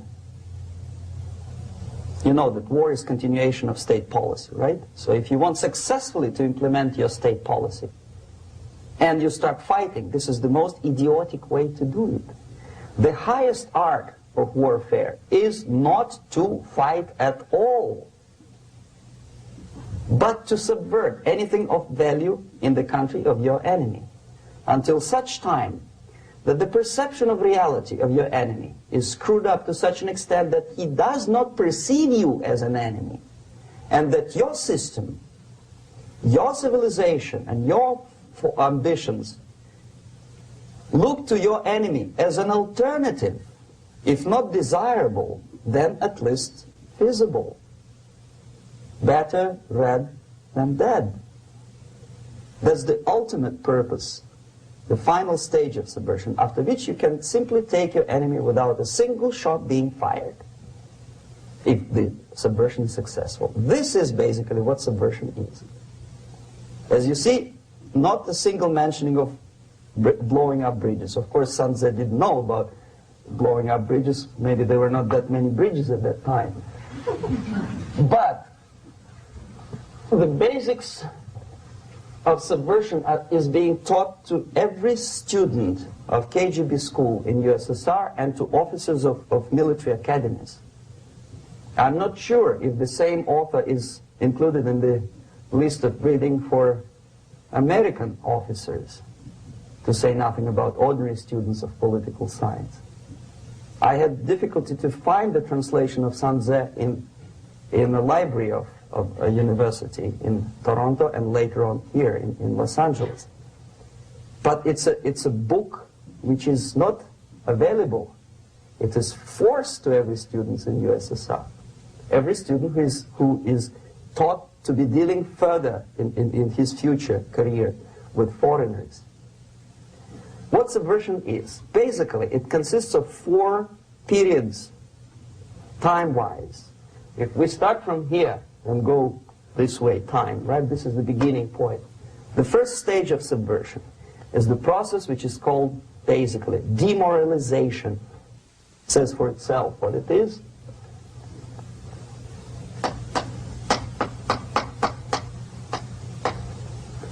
It takes from, say, 15 to 20 years to demoralize a society. Why 15 or 20 years? This is the time sufficient to educate one generation of students or children. One generation. One lifetime span of a person, a human being, which is dedicated to study, to shaping up the outlook, ideology, personality. No more, no less. Usually it takes from 15 to 20 years. What it includes? It includes influencing, or by various methods, infiltration, propaganda methods, direct contacts, doesn't really matter. I will describe them later. Of various areas where public opinion is formulated or shaped. Religion, educational system, social life, administration, law enforcement system, military, of course, and labor and employer relations, economy. Okay? 5 areas. I will not write them down because we will not have enough space. Sometimes when I describe all the methods, students ask me question, are you sure this is the result of the Soviet influence? Not necessarily. You see, the tactic of subversion, about which I'm talking, is similar to the martial art, the Japanese martial art. If some of you are familiar with that tactic, probably you will remember that if an enemy is bigger and heavier than yourself, it would be very painful to resist his direct strike. If a heavier person wants to strike me in the face, it would be very naive and counterproductive to stop his blow. The Chinese and Japanese judo art tells us what to do. First to avoid the strike, then to grab the fist and continue his movement in the direction where it was before, right? Until the enemy crashes in the wall. You see? So, what happens here? The target country obviously does something wrong. If it's a free democratic society, there are many different movements within the society. There are obviously, in every society, there are people who are against this society. They may be simple criminals, ideologically in disagreement with the state policy, conscientious enemies, simply psychotic personalities who are against anything, right? And finally, there are a small group of agents of a foreign nation, bought, subverted, recruited, right? The moment all these movements will be directed in one direction, right? This is the time to catch that movement and to continue it until the movement forces the whole society into collapse, into crisis, right? So that's exactly the martial art tactic. We don't stop an enemy. We let him go. We help him to go in the direction we want them to go. Okay? So, on the stage of demoralization, obviously there are tendencies in each society, in each country, which are going to opposite direction from the basic moral values and principles. To take advantage of these movements, to capitalize on them, is the main purpose of the originator of subversion. So we have religion, we have education, we have social life, we have power structure, we have labor relations, unions, and finally we have law and order. 1, 2, 3, 4, 5, 6. Okay? These are the areas of application of subversion. What it means exactly? In case of religion, destroy it, ridicule it, replace it with various sects, cults, which bring people's attention, faith, whether it is naive, primitive, doesn't really matter. As long as the basically accepted religious dogma is being slowly eroded and taken away from the supreme purpose of religion, to keep people in touch with the supreme being, that serves the purpose. Therefore, replace it, accepted, respected religious organizations with fake organizations.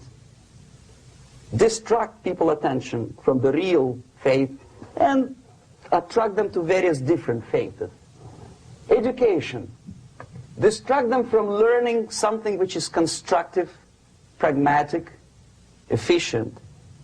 Instead of mathematics, physics, foreign languages, chemistry, teach them history of urban warfare, natural food, home economy, your sexuality, anything, as long as it takes you away. Okay? Social life. Replace traditionally established institutions and organizations with fake organizations. Take away the initiative from people. Take away the responsibility from naturally established links between individuals, group of individuals, and society at large, and replace them with artificially, bureaucratically controlled bodies. Instead of social life and friendship between neighbors, establish social workers institutions. People who are on payroll of whom? Society? No. Bureaucracy. The main concern of social workers is not your family, not you, not social relations between groups of people. The main concern is to get the paycheck from the government. What will be the result of their social work doesn't really matter. They can develop all kind of concepts to show to the government and to the people that they're useful. Okay. Away from the natural links. Power structure. Okay. The natural bodies of administration, which are traditionally either elected by people at large or appointed by elected leaders of society, are being actively substituted by artificial bodies. The bodies of people, groups of people, whom nobody elected. Never. As a matter of fact, most of the people don't like them at all, and yet they exist. One of such group is media. Who elected them? How come they have so much power? Almost monopolistic power on your mind. They can rape your mind. But who elected them? How come they have a nerve to decide what is good and what is bad for the elected by you, president, and his administration? Who the hell are they? Spiro Agnew, who was hated by the liberal left, called them a bunch of enfeebled snobs. And that's exactly what they are. They think they know. They don't. The level of mediocrity. In a big establishment like New York Times, Los Angeles Times, major television network, you don't have to be excellent journalist. You have to be exactly a mediocre journalist. That's easier to survive. There's no competition anymore. You have your good, nice income, $100,000 a year. That's it. Whether you are better or worse doesn't really matter anymore. As soon as you're smiling to the camera and do your job. That's it. No more competition. power structure slowly is eroded by the bodies and groups of people who do not have neither qualification nor the will of people to keep them in power, and yet they do have power. Okay. Together with that, there is another process. Law enforcement, law and order organization and structure is being eroded. For the last 20, 25 years, if you see old movies and new movies, you can see that in new movies, a policeman, an officer of the United States Army looks dumb, angry, psychotic, paranoid. A criminal looks nice, kind of, well, he smokes hash and shoots the whatever drug, but basically he's a nice human being. He's creative. And he's unproductive only because society oppresses him. Whereby a general of Pentagon is always, by definition, a dumb, a war maniac. A policeman is a pig, rude policeman. He abuses his power. You know? A generality, generalization like that. The hatred, the mistrust to the people who are supposed to protect you and enforce law and order. Moral relativity. The Angelo Buono process lasted 2 years in Los Angeles. And yet there are still some lawyers who say, look, he's a nice character, as a matter of fact. There was some witness who said, also a criminal, who said, well, he's a nice guy. I asked him one day to burn a house of my enemy, and he wouldn't do it. He's a nice fella. Erosion. A slow substitution of basic moral principles, whereby a criminal is not a criminal, actually. He's a defendant. Even if his guilt is proven, there is still a doubt. To kill or not to kill, to be or not to be. Thou shalt not kill, yes. But this line may not necessarily be applicable to a murderer. Thou shalt not murder. That should be the presumption, not that thou shalt not kill. Okay, labor relations. At this stage, within 15 to 20 years, we destroy the traditionally established links of bargaining between employer and employee. The classical Marxist-Leninist theory of natural exchange of goods. A person A has 5 sacks of grain and person B has 5 pairs of shoes. And the natural exchange without money is when they bargain between each other. And only with the introduction of the third force, C, an entirely third foreign stranger who says, no, don't give him 5 sacks of grain, give it to me, and you give me your 5 pairs of shoes, and I will distribute it accordingly, so that the economy will go. This is the death of natural exchange, death of natural bargaining. Well, trade unions were established 100 years ago. The objective was to improve working conditions and to protect the rights of workers from those employers who were abusing their right because they had more money. Objectively, at that time, initially, the trade union movement did work. What we see now is that the bargaining process is no longer resulting in the compromise, which is leading objectively to betterment of working conditions and increase of salary. What we see is that after each prolonged strike, the workers lose. Even if they have 10% increase of their salaries, they cannot catch up due to inflation and due to missed time. More than that, millions of people suffer from that strike because economy now is interdependent. It's intertwined like one body. If previously steel workers, say 100 years ago, could strike and nobody would suffer, now it's impossible anymore. If a garbage collector strikes today, the rest of the multi-million city is stinking. I mean, there's no more service. In Quebec, for example, we had the electricians who were on strike in the middle of winter. You can freeze your bottom, and they still were on strike. Did they catch up with the salary? No, they lost. Who benefited? The leaders of trade unions. What is the motivation for strike? Improving of a workers' condition? No, obviously it's not. Then what is it? Ideology. To prove to these capitalists. And the obedient horde of workers, like sheep, follow these people. And they cannot disobey. Why? Because if they do, you know what happens to them. Pickets, murders, shooting truck drivers by picketers. In Montreal, for example, I saw with my own eyes when I was correspondent of CBC International, Canadian Broadcasting Corporation, when the workers of aircraft factory destroyed computers and the equipment in the factory.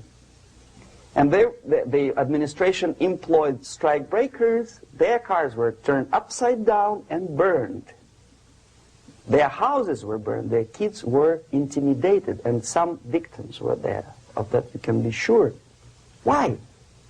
To improve conditions of workers? No. Ideology. Okay, so this is what happens basically.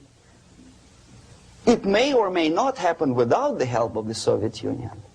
But the natural tendencies are being greatly taken advantage of and capitalized by the Soviet propaganda systems. How? Whenever trade union strikes, we have influx of propaganda, mass media, ideological dissemination. The workers' right, and we repeat it like parrots. Yes, workers' right. Whose rights? Workers? No. The only freedom of worker to sell his labor according to his own desire and will is taken away from him. By whom? By trade union boss. Unlimited power is given. Responsibility. I want to sell my labor not for $2.50 an hour, but for $2. I don't have right. My freedom is denied to me. I know that if I sell my work for $2 an hour, not for $3 an hour, I will compete better with the other guy who is lazy and more greedy. I don't need $3. I need only $2. No, I was made to believe by media, by business, by advertising agencies that I need more and more and more. Have you ever heard any advertising on TV to consume less? No. No way. Whether you need a six-cylinder car or not, you have to buy it. And hurry up. When I was driving here on the local radio station, an excited announcer said, "You hurry up, rush and save, save, save. There is a pantyhose sale." Save by buying more. See? Of course. It would be too naive to expect that KGB makes that advertising agency to do such a crazy commercial. No, of course not. But what we did when I was working for Novosti Press, we would snow plow editorial offices, student organizations, religious groups with literature of class struggle. If not directly Marxism-Leninism propaganda, then a propaganda of the legitimate aspirations of working class, betterment of life, equality. Equality, mind you. President Kennedy once said, we will make America to believe that people are born equal. Are people born equal? Is there any mentioning in the Bible or any other holy scripture in any religion, if you don't believe me, go to the library and check it.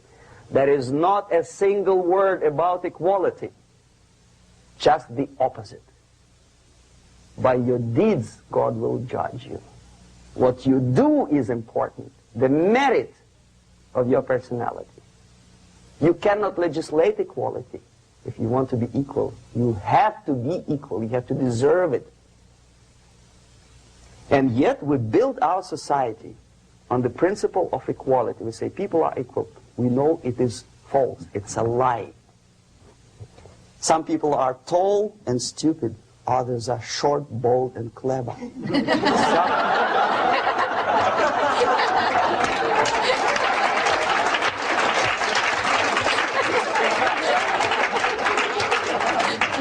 If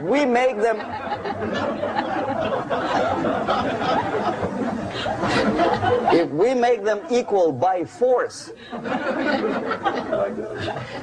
if we put the principle of equality in the basis of our socio-political structure, is the same thing as building a house on sand. Sooner or later it will collapse, and that's exactly what happens. And we, as Soviet propaganda makers, are trying to push you in the direction which you go yourself. Equality, yes, equality. People are equal. Land of equal opportunities. Is it true or not? Think about it. Equal opportunities. Should there be equal opportunities? For me and for a lazy bastard who comes here from some other country and immediately registers as a welfare recipient benefits? I never received a single dollar. No, sorry, I did receive once. But I never applied for welfare. For the 13 years, I took any job. Security guard, journalist, taxi driver, anything. Well, I was restless, but some people don't like it. They immediately. So why should we have equal opportunities? Why? The equal opportunity to excel. Equal opportunity in equal circumstances, yes, but we know people are different. To excel, yes, provided we reach the same level of excellency, perfection, which is hypothetical, distant future. Yes, maybe. But we know perfectly well that even with the best intentions, people could not be equal. Why should we have equality in the, say, legal system? Myself, I'm considering myself a law-abiding citizen, and a person who comes here to rob and shoot, say, the United States administration under Carter imported thousands of Cuban criminals. They were non-criminals, yet they were accepted. Do you think it's fair if myself and my wife from Philippines, who work like a, excuse me, horse as a lab technician in a hospital, should have the same rights as a criminal from Cuba? Why? And yet we repeat as parrots, equality, equality, equality. And the Soviet propaganda system helps us to believe that equality is something which is desirable. Democracy, as it was established by fathers of this country, of this system in the last century, is not equality. It's the system where different people, unequal people, have a chance to survive and help each other in constant competition, in constant perfection, not in equality, which is superimposed from a godfather or a nice person in Washington, D.C. And the absolute equality exists in Soviet Union, quote-unquote equality. Everybody is equal in dirt, except some people are more equal than the others in Politburo. So, the moment you bring a country to the point of almost total demoralization, when nothing works anymore, when you are not sure whether it is right or wrong, good and bad, but there's no division between evil and good, when even the leaders of church sometimes say, well, violence for the sake of justice, especially social justice, is justified in countries like Nicaragua, El Salvador, well, maybe Rhodesia, and we listen to them and say, yeah, probably it's true. Is it true? No, it is not true. Violence is not justified, especially for the sake of quote-unquote social justice introduced by Marxist-Leninists, that is my former colleagues from Novosti Press Agency. Okay, so we reached that point. The next step is destabilization.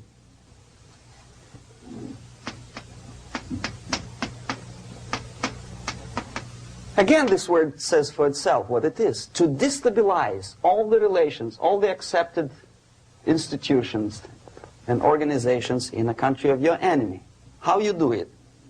You don't have to send a battalion of KGB agents to blow up bridges. No. You let them do it themselves. The area of application is, again, it's narrower now. Not like the previous case. The overt legitimate actions of the KGB in this case would be hardly noticeable. There is no crime if a professor who recently went to USSR introduces a course of Marxism-Leninism in a Californian college, for example. Nobody is going to come to his doorstep and say, okay, mister, come, you are under arrest. No, it's not a crime. It's not even considered a moral crime against your country. So the area of application here is narrowing down to economy, again, labor relations, right? To law and order, plus military. And economy, law and order. Yes, and again, the media, but wider scope, a little bit different. I'll explain you later. Okay, basically 3 areas. Economy. The radicalization of bargaining process.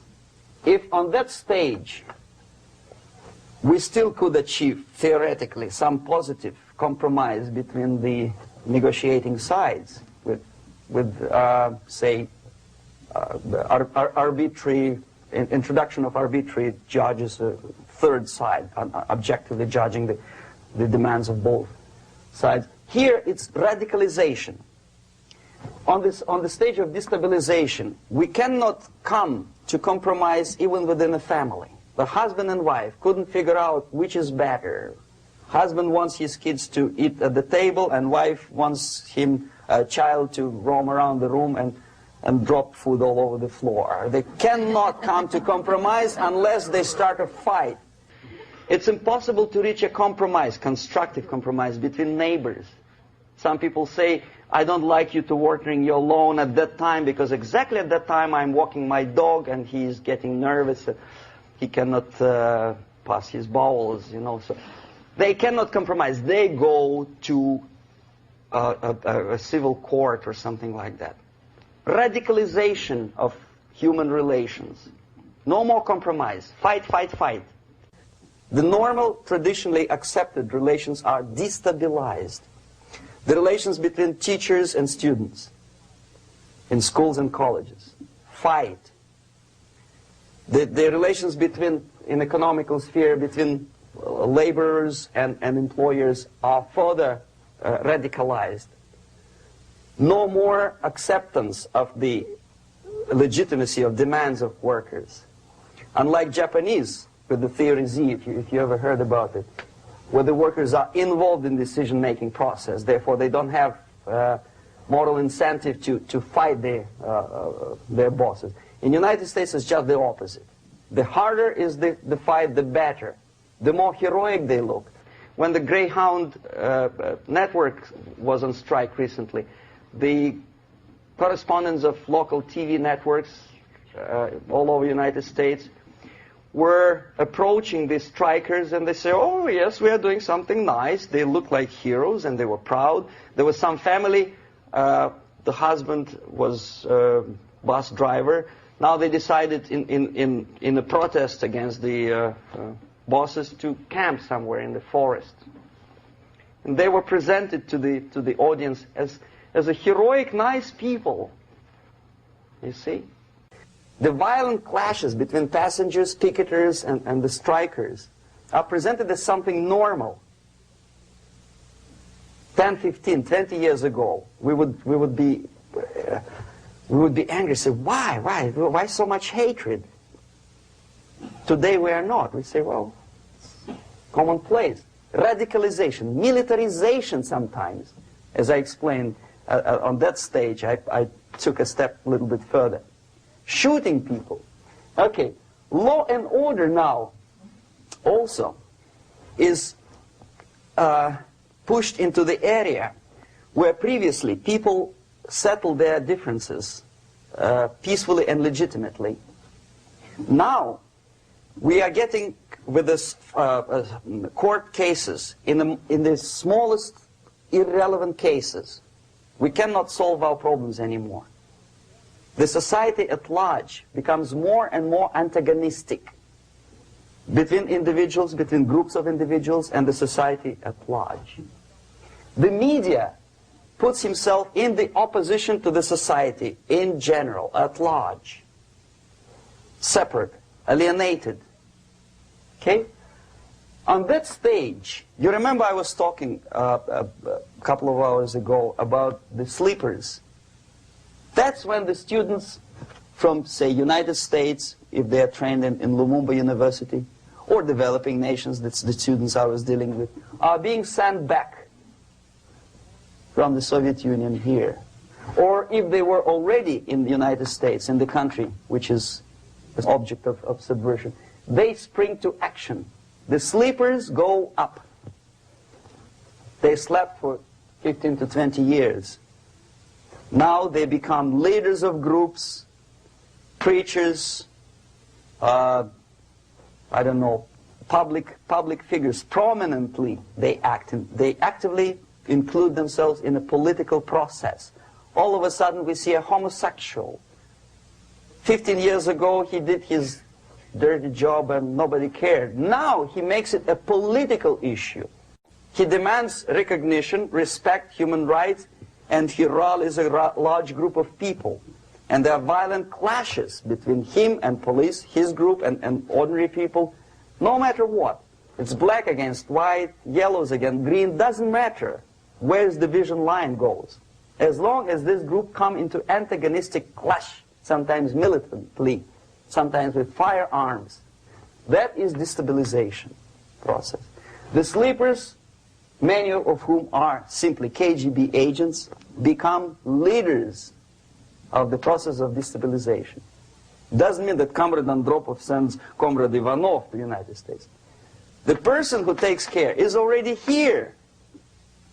He is a respected citizen of the United States. Sometimes he gets money from various foundations for his legitimate struggle for, I don't know, human rights, women's rights, kid lib, prison lib, whatever. There are sympathetic Americans who donate their money to him. This stabilization process usually leads directly to the process of crisis. In case of developing nations, that's the area where I was active. The process starts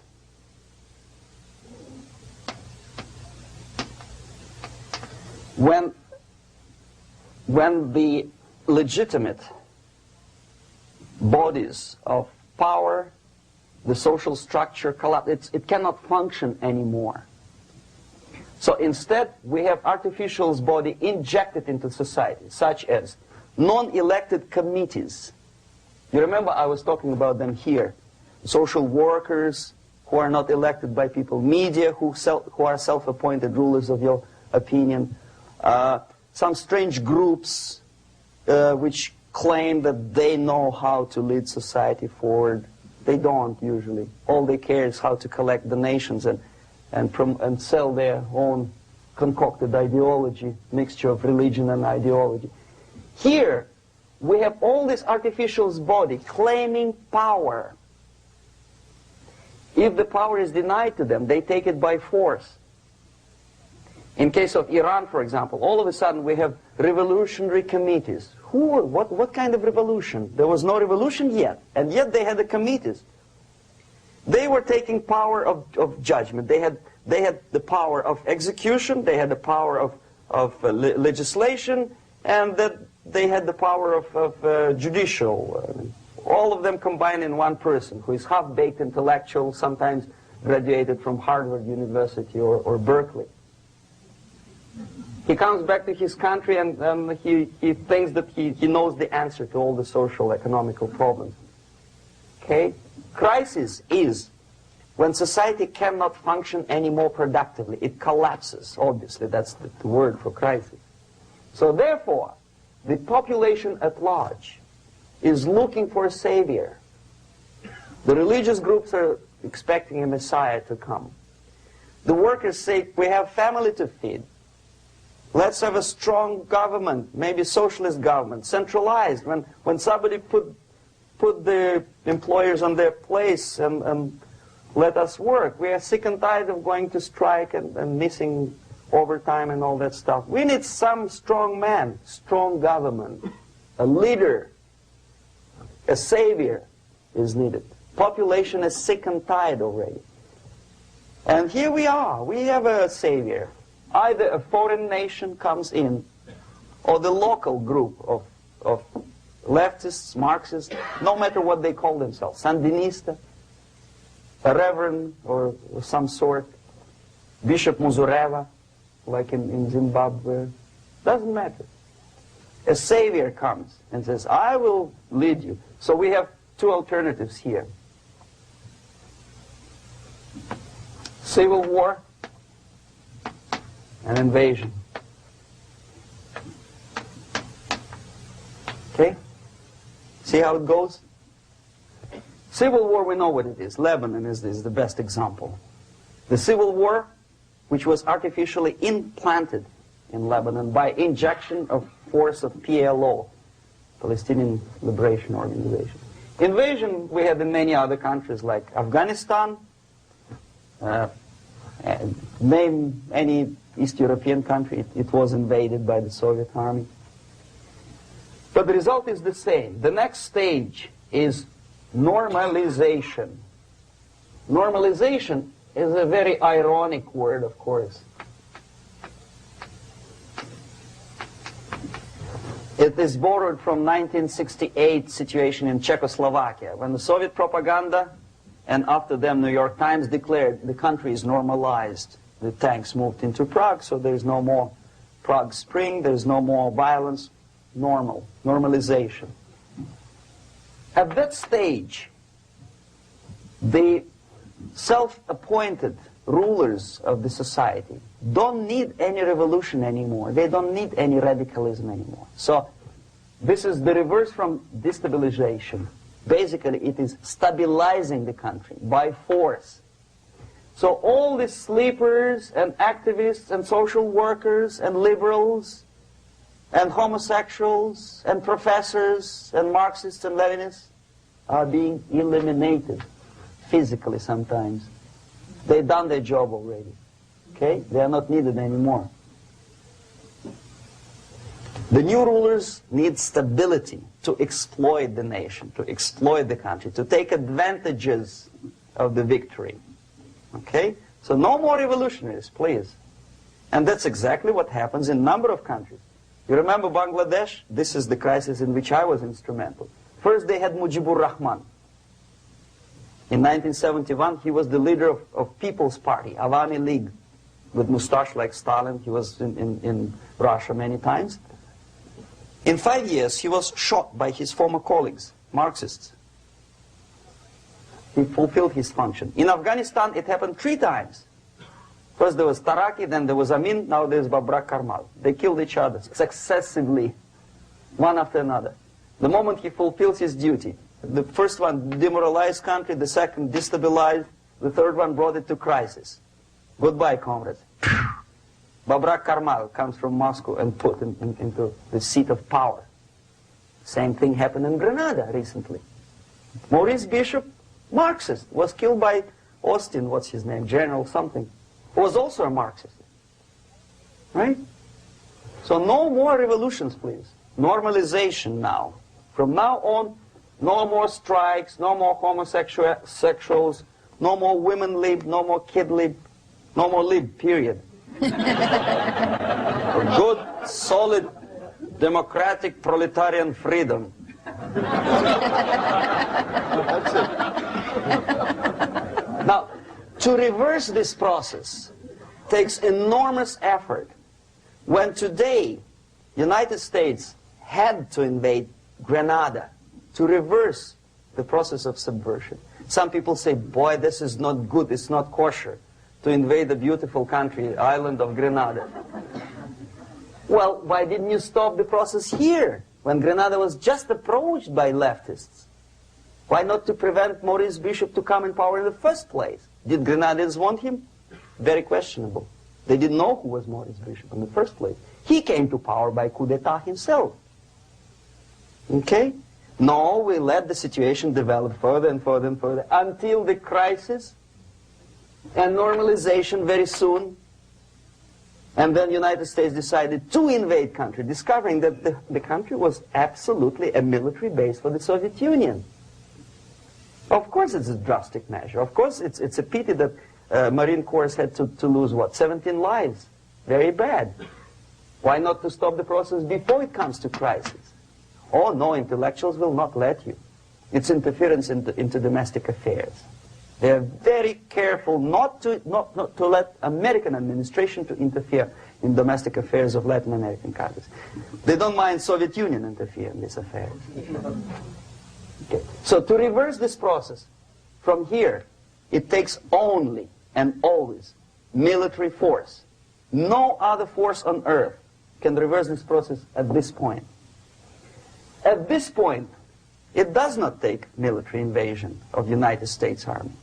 It takes strong action, like in Chile, a CIA covert involvement to prevent the savior from outside to come into power and to stabilize country before it erupts into civil war.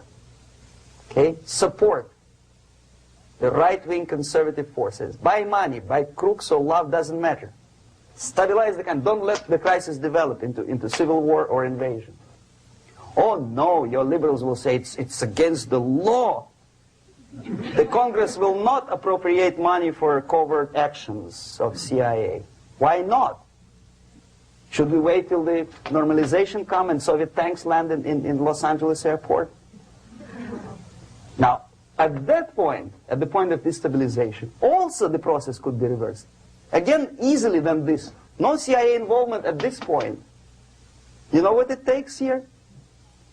Restriction of some liberties for small groups which are self-declared enemies of the society. As simple as that. Oh no, the media and liberals will tell you this is against the American Constitution. How can we, by force, deny the civil rights to criminals, for example? It's not good. Okay? So we allow them to. Okay, if you allow the criminals to have civil rights, go on and bring the country to the crisis. This is a bloodless way to do. Curb the rights. I mean, not to put them in prison. No, I'm not talking about putting all the gays from San Francisco in the concentration camp. Do not allow them to take political force. Do not elect them to the seats of power, whether it is municipality level, state level, or federal level. It has to be beaten in the heads of American voters that a person like that in the seats of power is an enemy. Do not be afraid of this word. It is an enemy. If he is not an enemy here, he will be here. Later on, he will be shot, of course. But at this point, he is an enemy. Okay? You are doing great service by denying him a right to capitalize on his own crazy ideas and become a powerful man, a man who uses the seat of power. Restriction of certain freedoms and permissiveness at that point would prevent sliding into crisis and probably will return the process of destabilization. To curb unlimited power, monopolistic power of trade unions, here, at that point, would save economy from collapsing. To introduce a law to stop private companies of raping public opinion's mind in the direction of consumerism. No company must have a right to force you into buying more unless you want it. There must be a law. You want to advertise your car? Okay. But not a single mentioning of buying it now and saving money. It must be against the law to force people to consume more. Self-restraint. Previously, before this process started, the self-restraint was a business of church, religion. Because our preachers, the fathers of church, would tell us, material values are good, but it's not the prime function of human being. Because you have to live with something. Obviously, the design for our life is not to consume more deodorants. There must be something greater. If such a complicated instrument as human body was created, obviously there must be some higher purpose for that. And it's very easy to avoid destabilization by denying the greedy companies one little freedom, one little liberty, forcing you into turning yourself into processors of unwanted products and goods. They turn you into machines, like the worm who there's inlet and outlet. So, and how long an average appliance lasts these days? Less than a year. Why? Where's workmanship? Well, we want you to buy more. Okay. Destabilization process could be easily overcome if, as I say, the society, by its own will or after persuasion by the leaders, will come to the idea of self-restraint. It's so hard we want to consume more, but you have to. Unless you will come to this stage, when, as we say in Russia, if Sahara Desert ever becomes a communist state, there will be shortage of sand. So you have to curb your... you have to curb your expectations at this point before it's too late. But no, we don't want to do it. Demoralization process. Again, it's the easiest thing to reverse. First of all, by restricting import of propaganda. The easiest thing to do. Unlimited, unrestrained import of Soviet literature, Soviet journalists, giving Soviet propaganda and ideological agitators equal time on American TV networks. It has to be stopped. And it's easy. They won't be offended, mind you. As a matter of fact, they will respect America more. But when my former colleague Vladimir Posner appears on Nightline, and Ted Koppel asks him, well, Vladimir, what do you think about this? And what can he think? He is an instrument of propaganda. He thinks what Comrade Andropov tells him to think. He's just a nice, articulate mouthpiece of the Soviet subversion system. And Ted Koppel makes you believe that my friend Vladimir Posner thinks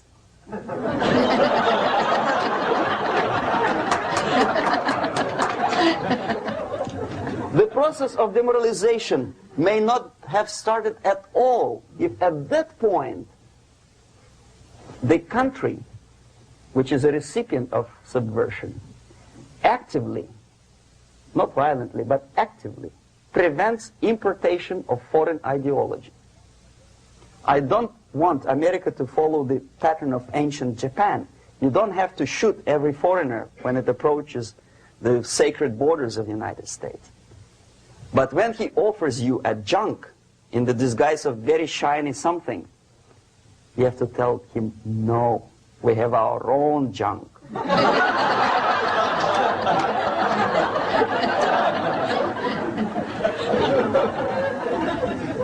If at that point the society is strong, brave, and conscientious enough to stop importation of ideas which are foreign,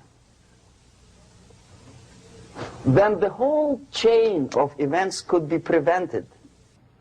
Recently I've been to Philippines, and I was shocked how in big cities like Manila, children listen to deafening music. A melodious nation with long traditions of good, nice ethnic music, introduced by Spanish long time ago, maybe 2 centuries, 3 centuries ago, I don't remember how long. All of a sudden listen to musical garbage, blasting their radios at full blast, at full volume. Why? In India, I spent many years watching the reactions of Indians walking out of movie theaters after seeing Hollywood production. They couldn't figure out why Americans are so wasteful. They smash their cars, their shiny cars, every 5 minutes. How come they shoot each other for $500,000? Is it true that they're so obsessed with sex? Can you imagine showing a movie where each 5 minutes there's a copulation on the screen to a country like India with long tradition of respect to these private matters, or to Pakistan, And United States expect these people to respect you? No way. Oh yes, they will see the movie. They'll pay 5 rupees to see that garbage. But they walk out and will tell their kids, don't respect Americans. Don't be like Americans. See? So, the process of demoralization could be stopped right here, both as an expert and as an import. And that takes one step, one very important thing to do. You don't have to expel all the KGB agents from Washington, D.C. The most difficult and at the same time the simplest answer to the subversion is to start it here and even before, by bringing back the society to religion, something that you cannot touch and eat and put on yourself, but something that rules society and makes it move and preserve it. A Soviet scientist, Shafarevich, who has nothing to do with religion, he is a computer scientist, did a very intensive research on the history of socialist countries. He calls socialist or communist any country with a centralized economy and a pyramidal style of power structure. And he discovered, actually he didn't discover it, he just brought to attention of his readers, that civilizations like Mohenjo-Daro in the river Indus area, like Egypt, like Maya, Incas, like Babylonian culture, collapsed and disappeared from the surface of Earth. The moment they lost religion, as simple as that, they disintegrated. Nobody remembers about them anymore. Well, distantly. So, the ideas are moving society and keeping mankind as a society of human beings, intelligent, moral agents of God. The facts, the truth, the exact knowledge may not. All the sophisticated technology and computers will not prevent society from disintegrating and eventually dying out. Have you ever met a person who would sacrifice his life, freedom, for the truth like that? This is truth. I never met a person who said, this is truth and I'm ready to shoot me. To defend the truth. Right? But millions sacrifice their life, freedom, comfort, everything for things like God, like Jesus Christ. It's an honor. Some martyrs in the Soviet concentration camp died. And they died in peace, unlike those who shouted, "Long live Stalin," knowing perfectly well that he may not live long. Something which is not material moves society and helps it to survive. And the other way around, the moment we turn into 2 by 2 is 4 and make it a guiding principle of our life, our existence, we die. Even though this is true, and this we cannot prove. We only can feel and have faith in it. So the answer to ideological subversion, strangely enough, is very simple. You don't have to shoot people, you don't have to aim missiles and Pershings and cruise missiles at Andropov's headquarters. You simply have to have faith and prevent subversion. In other words, not to be a victim of subversion. Don't try to be a person who in judo is trying to smash your enemy and being caught by your hand. Don't strike like that. Strike with the power of your spirit and moral superiority. If you don't have that power, it's high time to develop it. And that's the only answer. That's it. Thank you.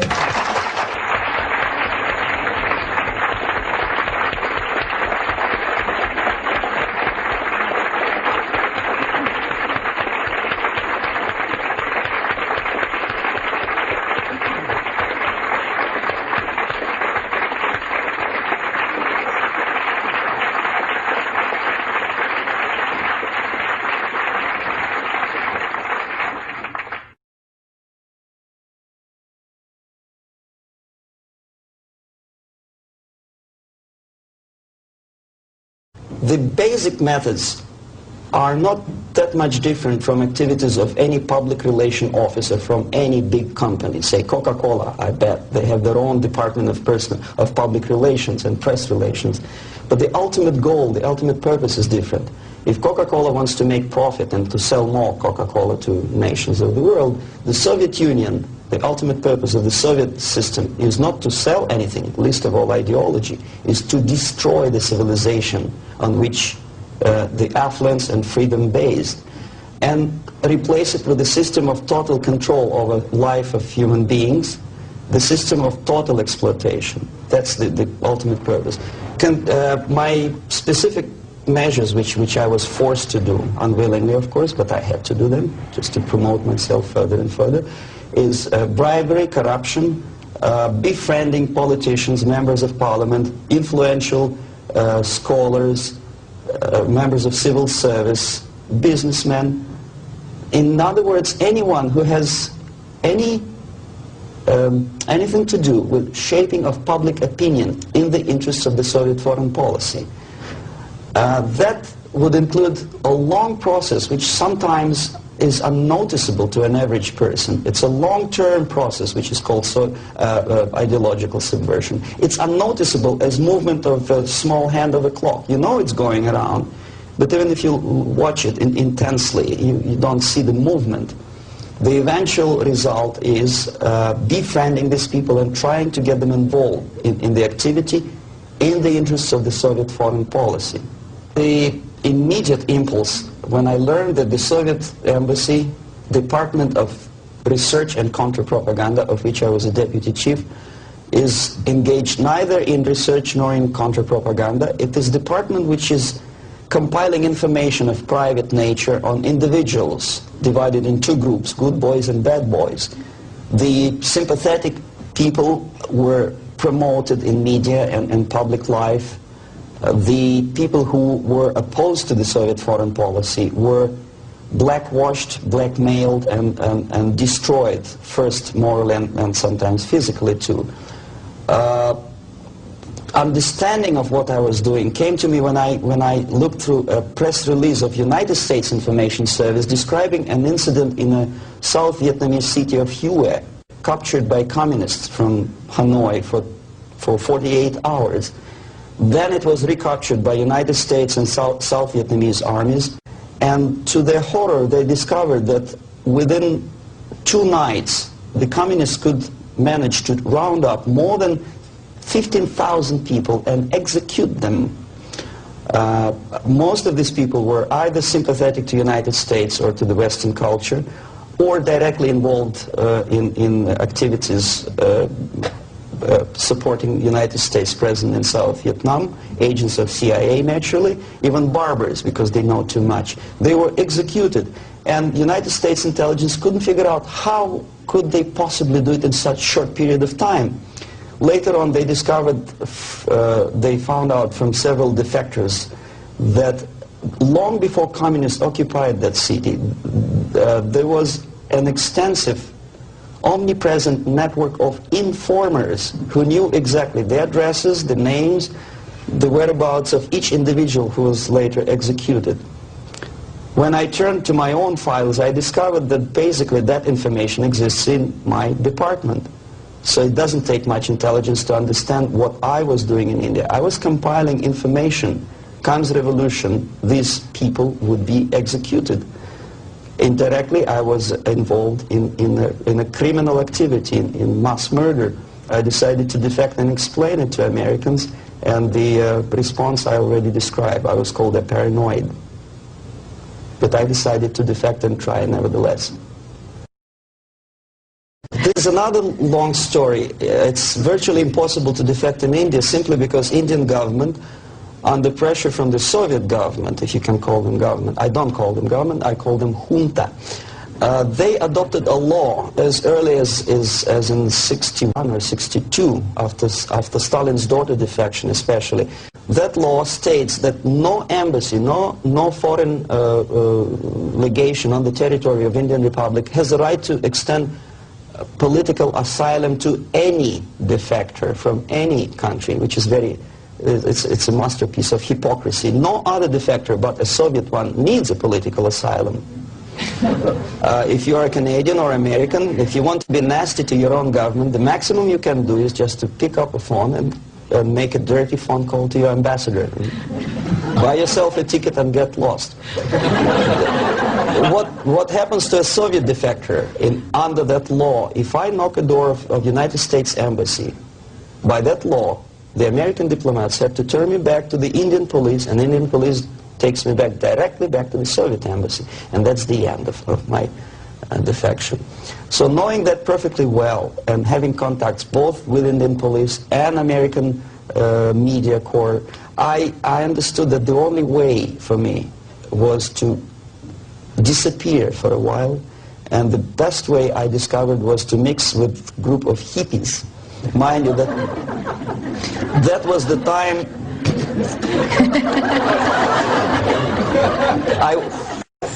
I was 13 years younger, so I looked slightly different, of course. I studied so-called counterculture in India. Sometimes good, sincere young people who wanted to study Oriental mysticism and culture and religion, but most of them were simply easygoing individuals who were delighted with exotic life and the easiness with which they can purchase hashish and other drugs in India. And sometimes they traveled Indian subcontinent without any identification papers. So the best way to escape detection was to mix with the group of hippies and travel in India until the campaign in the media and in the police search will subside. All the newspapers in India carried my picture and announcement of the police that anyone coming forward with information about my whereabouts would receive 5,000 or 2,000 rupees. Knowing that perfectly well, I just walked India barefoot with beads and blue jeans, smoking hash and enjoying life. Until I found sympathetic journalists who smuggled me from India to Greece. Mind you, that was a military dictatorship at that time. Then only I approached American CIA, and they helped me to land in Canada as a legit, ordinary immigrant. So now I'm a Canadian citizen, as you can see from my patriotic tie.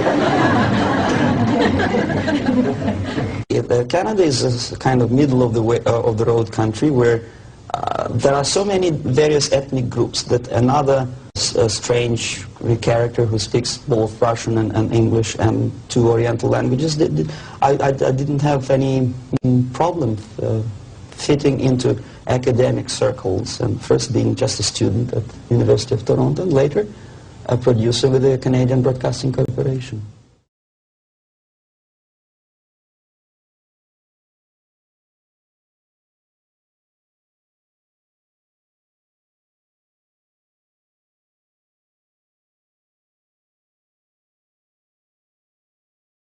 If it's a free, democratic society, there are many different movements within the society. There are obviously, in every society, there are people who are against this society. They may be simple criminals, ideologically in disagreement with the state policy, conscientious enemies, simply psychotic personalities who are against anything. Right? All these movements will be directed in one direction. Right? This is the time to catch that movement and to continue it until the movement forces the whole society into collapse, into crisis. We don't stop an enemy. We let him go. We help him to go in the direction we want them to go. Okay? Obviously, there are tendencies in each society, in each country, which are going to opposite direction from the basic moral values and principles. To take advantage of these movements, to capitalize on them, is the main purpose of the originator of subversion. So we have religion, we have education, we have social life, we have power structure, we have labor relations, unions, and finally we have law and order. 1, 2, 3, 4, 5, 6. Okay? these are the areas of application of subversion. What it means exactly? In case of religion, destroy it, ridicule it, replace it with various sects, cults, which bring people's attention, faith, whether it is naive, primitive, doesn't really matter. As long as the basically accepted religious dogma is being slowly eroded. Education. Distract them from learning something which is constructive, pragmatic. Teach them history of urban warfare, natural food, home economy, your sexuality, anything, as long as it takes you away, okay? Social life. Replace traditionally established institutions and organizations with fake organizations. Take away the initiative from people. Take away the responsibility. Power structure. Okay, the natural bodies of administration, which are traditionally either elected by people at large or appointed by elected leaders of society, are being actively substituted by artificial bodies. The bodies of people, groups of people, whom nobody elected. Never. As a matter of fact, most of the people don't like them at all, and yet they exist. Do not have neither qualification nor the will of people to keep them in power, and yet they do have power. Okay. Together with that, there is another process. Law enforcement, law and order organization and structure is being eroded. For the last 20, 25 years, if you see old movies and new movies, you can see that a policeman, an officer of the United States Army, looks dumb, angry, psychotic, paranoid. A criminal looks nice, and he's unproductive only because society oppresses him. A policeman is a pig, rude policeman. He abuses his power. No? A generalization like that. The hatred, the mistrust to the people who are supposed to protect you and enforce law and order. Moral relativity. Okay, labor relations. At this stage, within 15 to 20 years, we destroy the traditionally established links of bargaining between employer and employee. Millions of people suffer from that strike because economy now is interdependent. It's intertwined like one body. What is the motivation for strike? Improving of workers' condition? No, obviously it's not. Then what is it? Ideology. To prove to these capitalists. And the obedient horde of workers, like sheep, follow these people. And they cannot disobey. Why? Because if they do, you know what happens to them. Pickets. Whenever trade union strikes, we have influx of propaganda, mass media, ideological dissemination. The workers' right. And we repeat it like parrots. Yes, workers' right.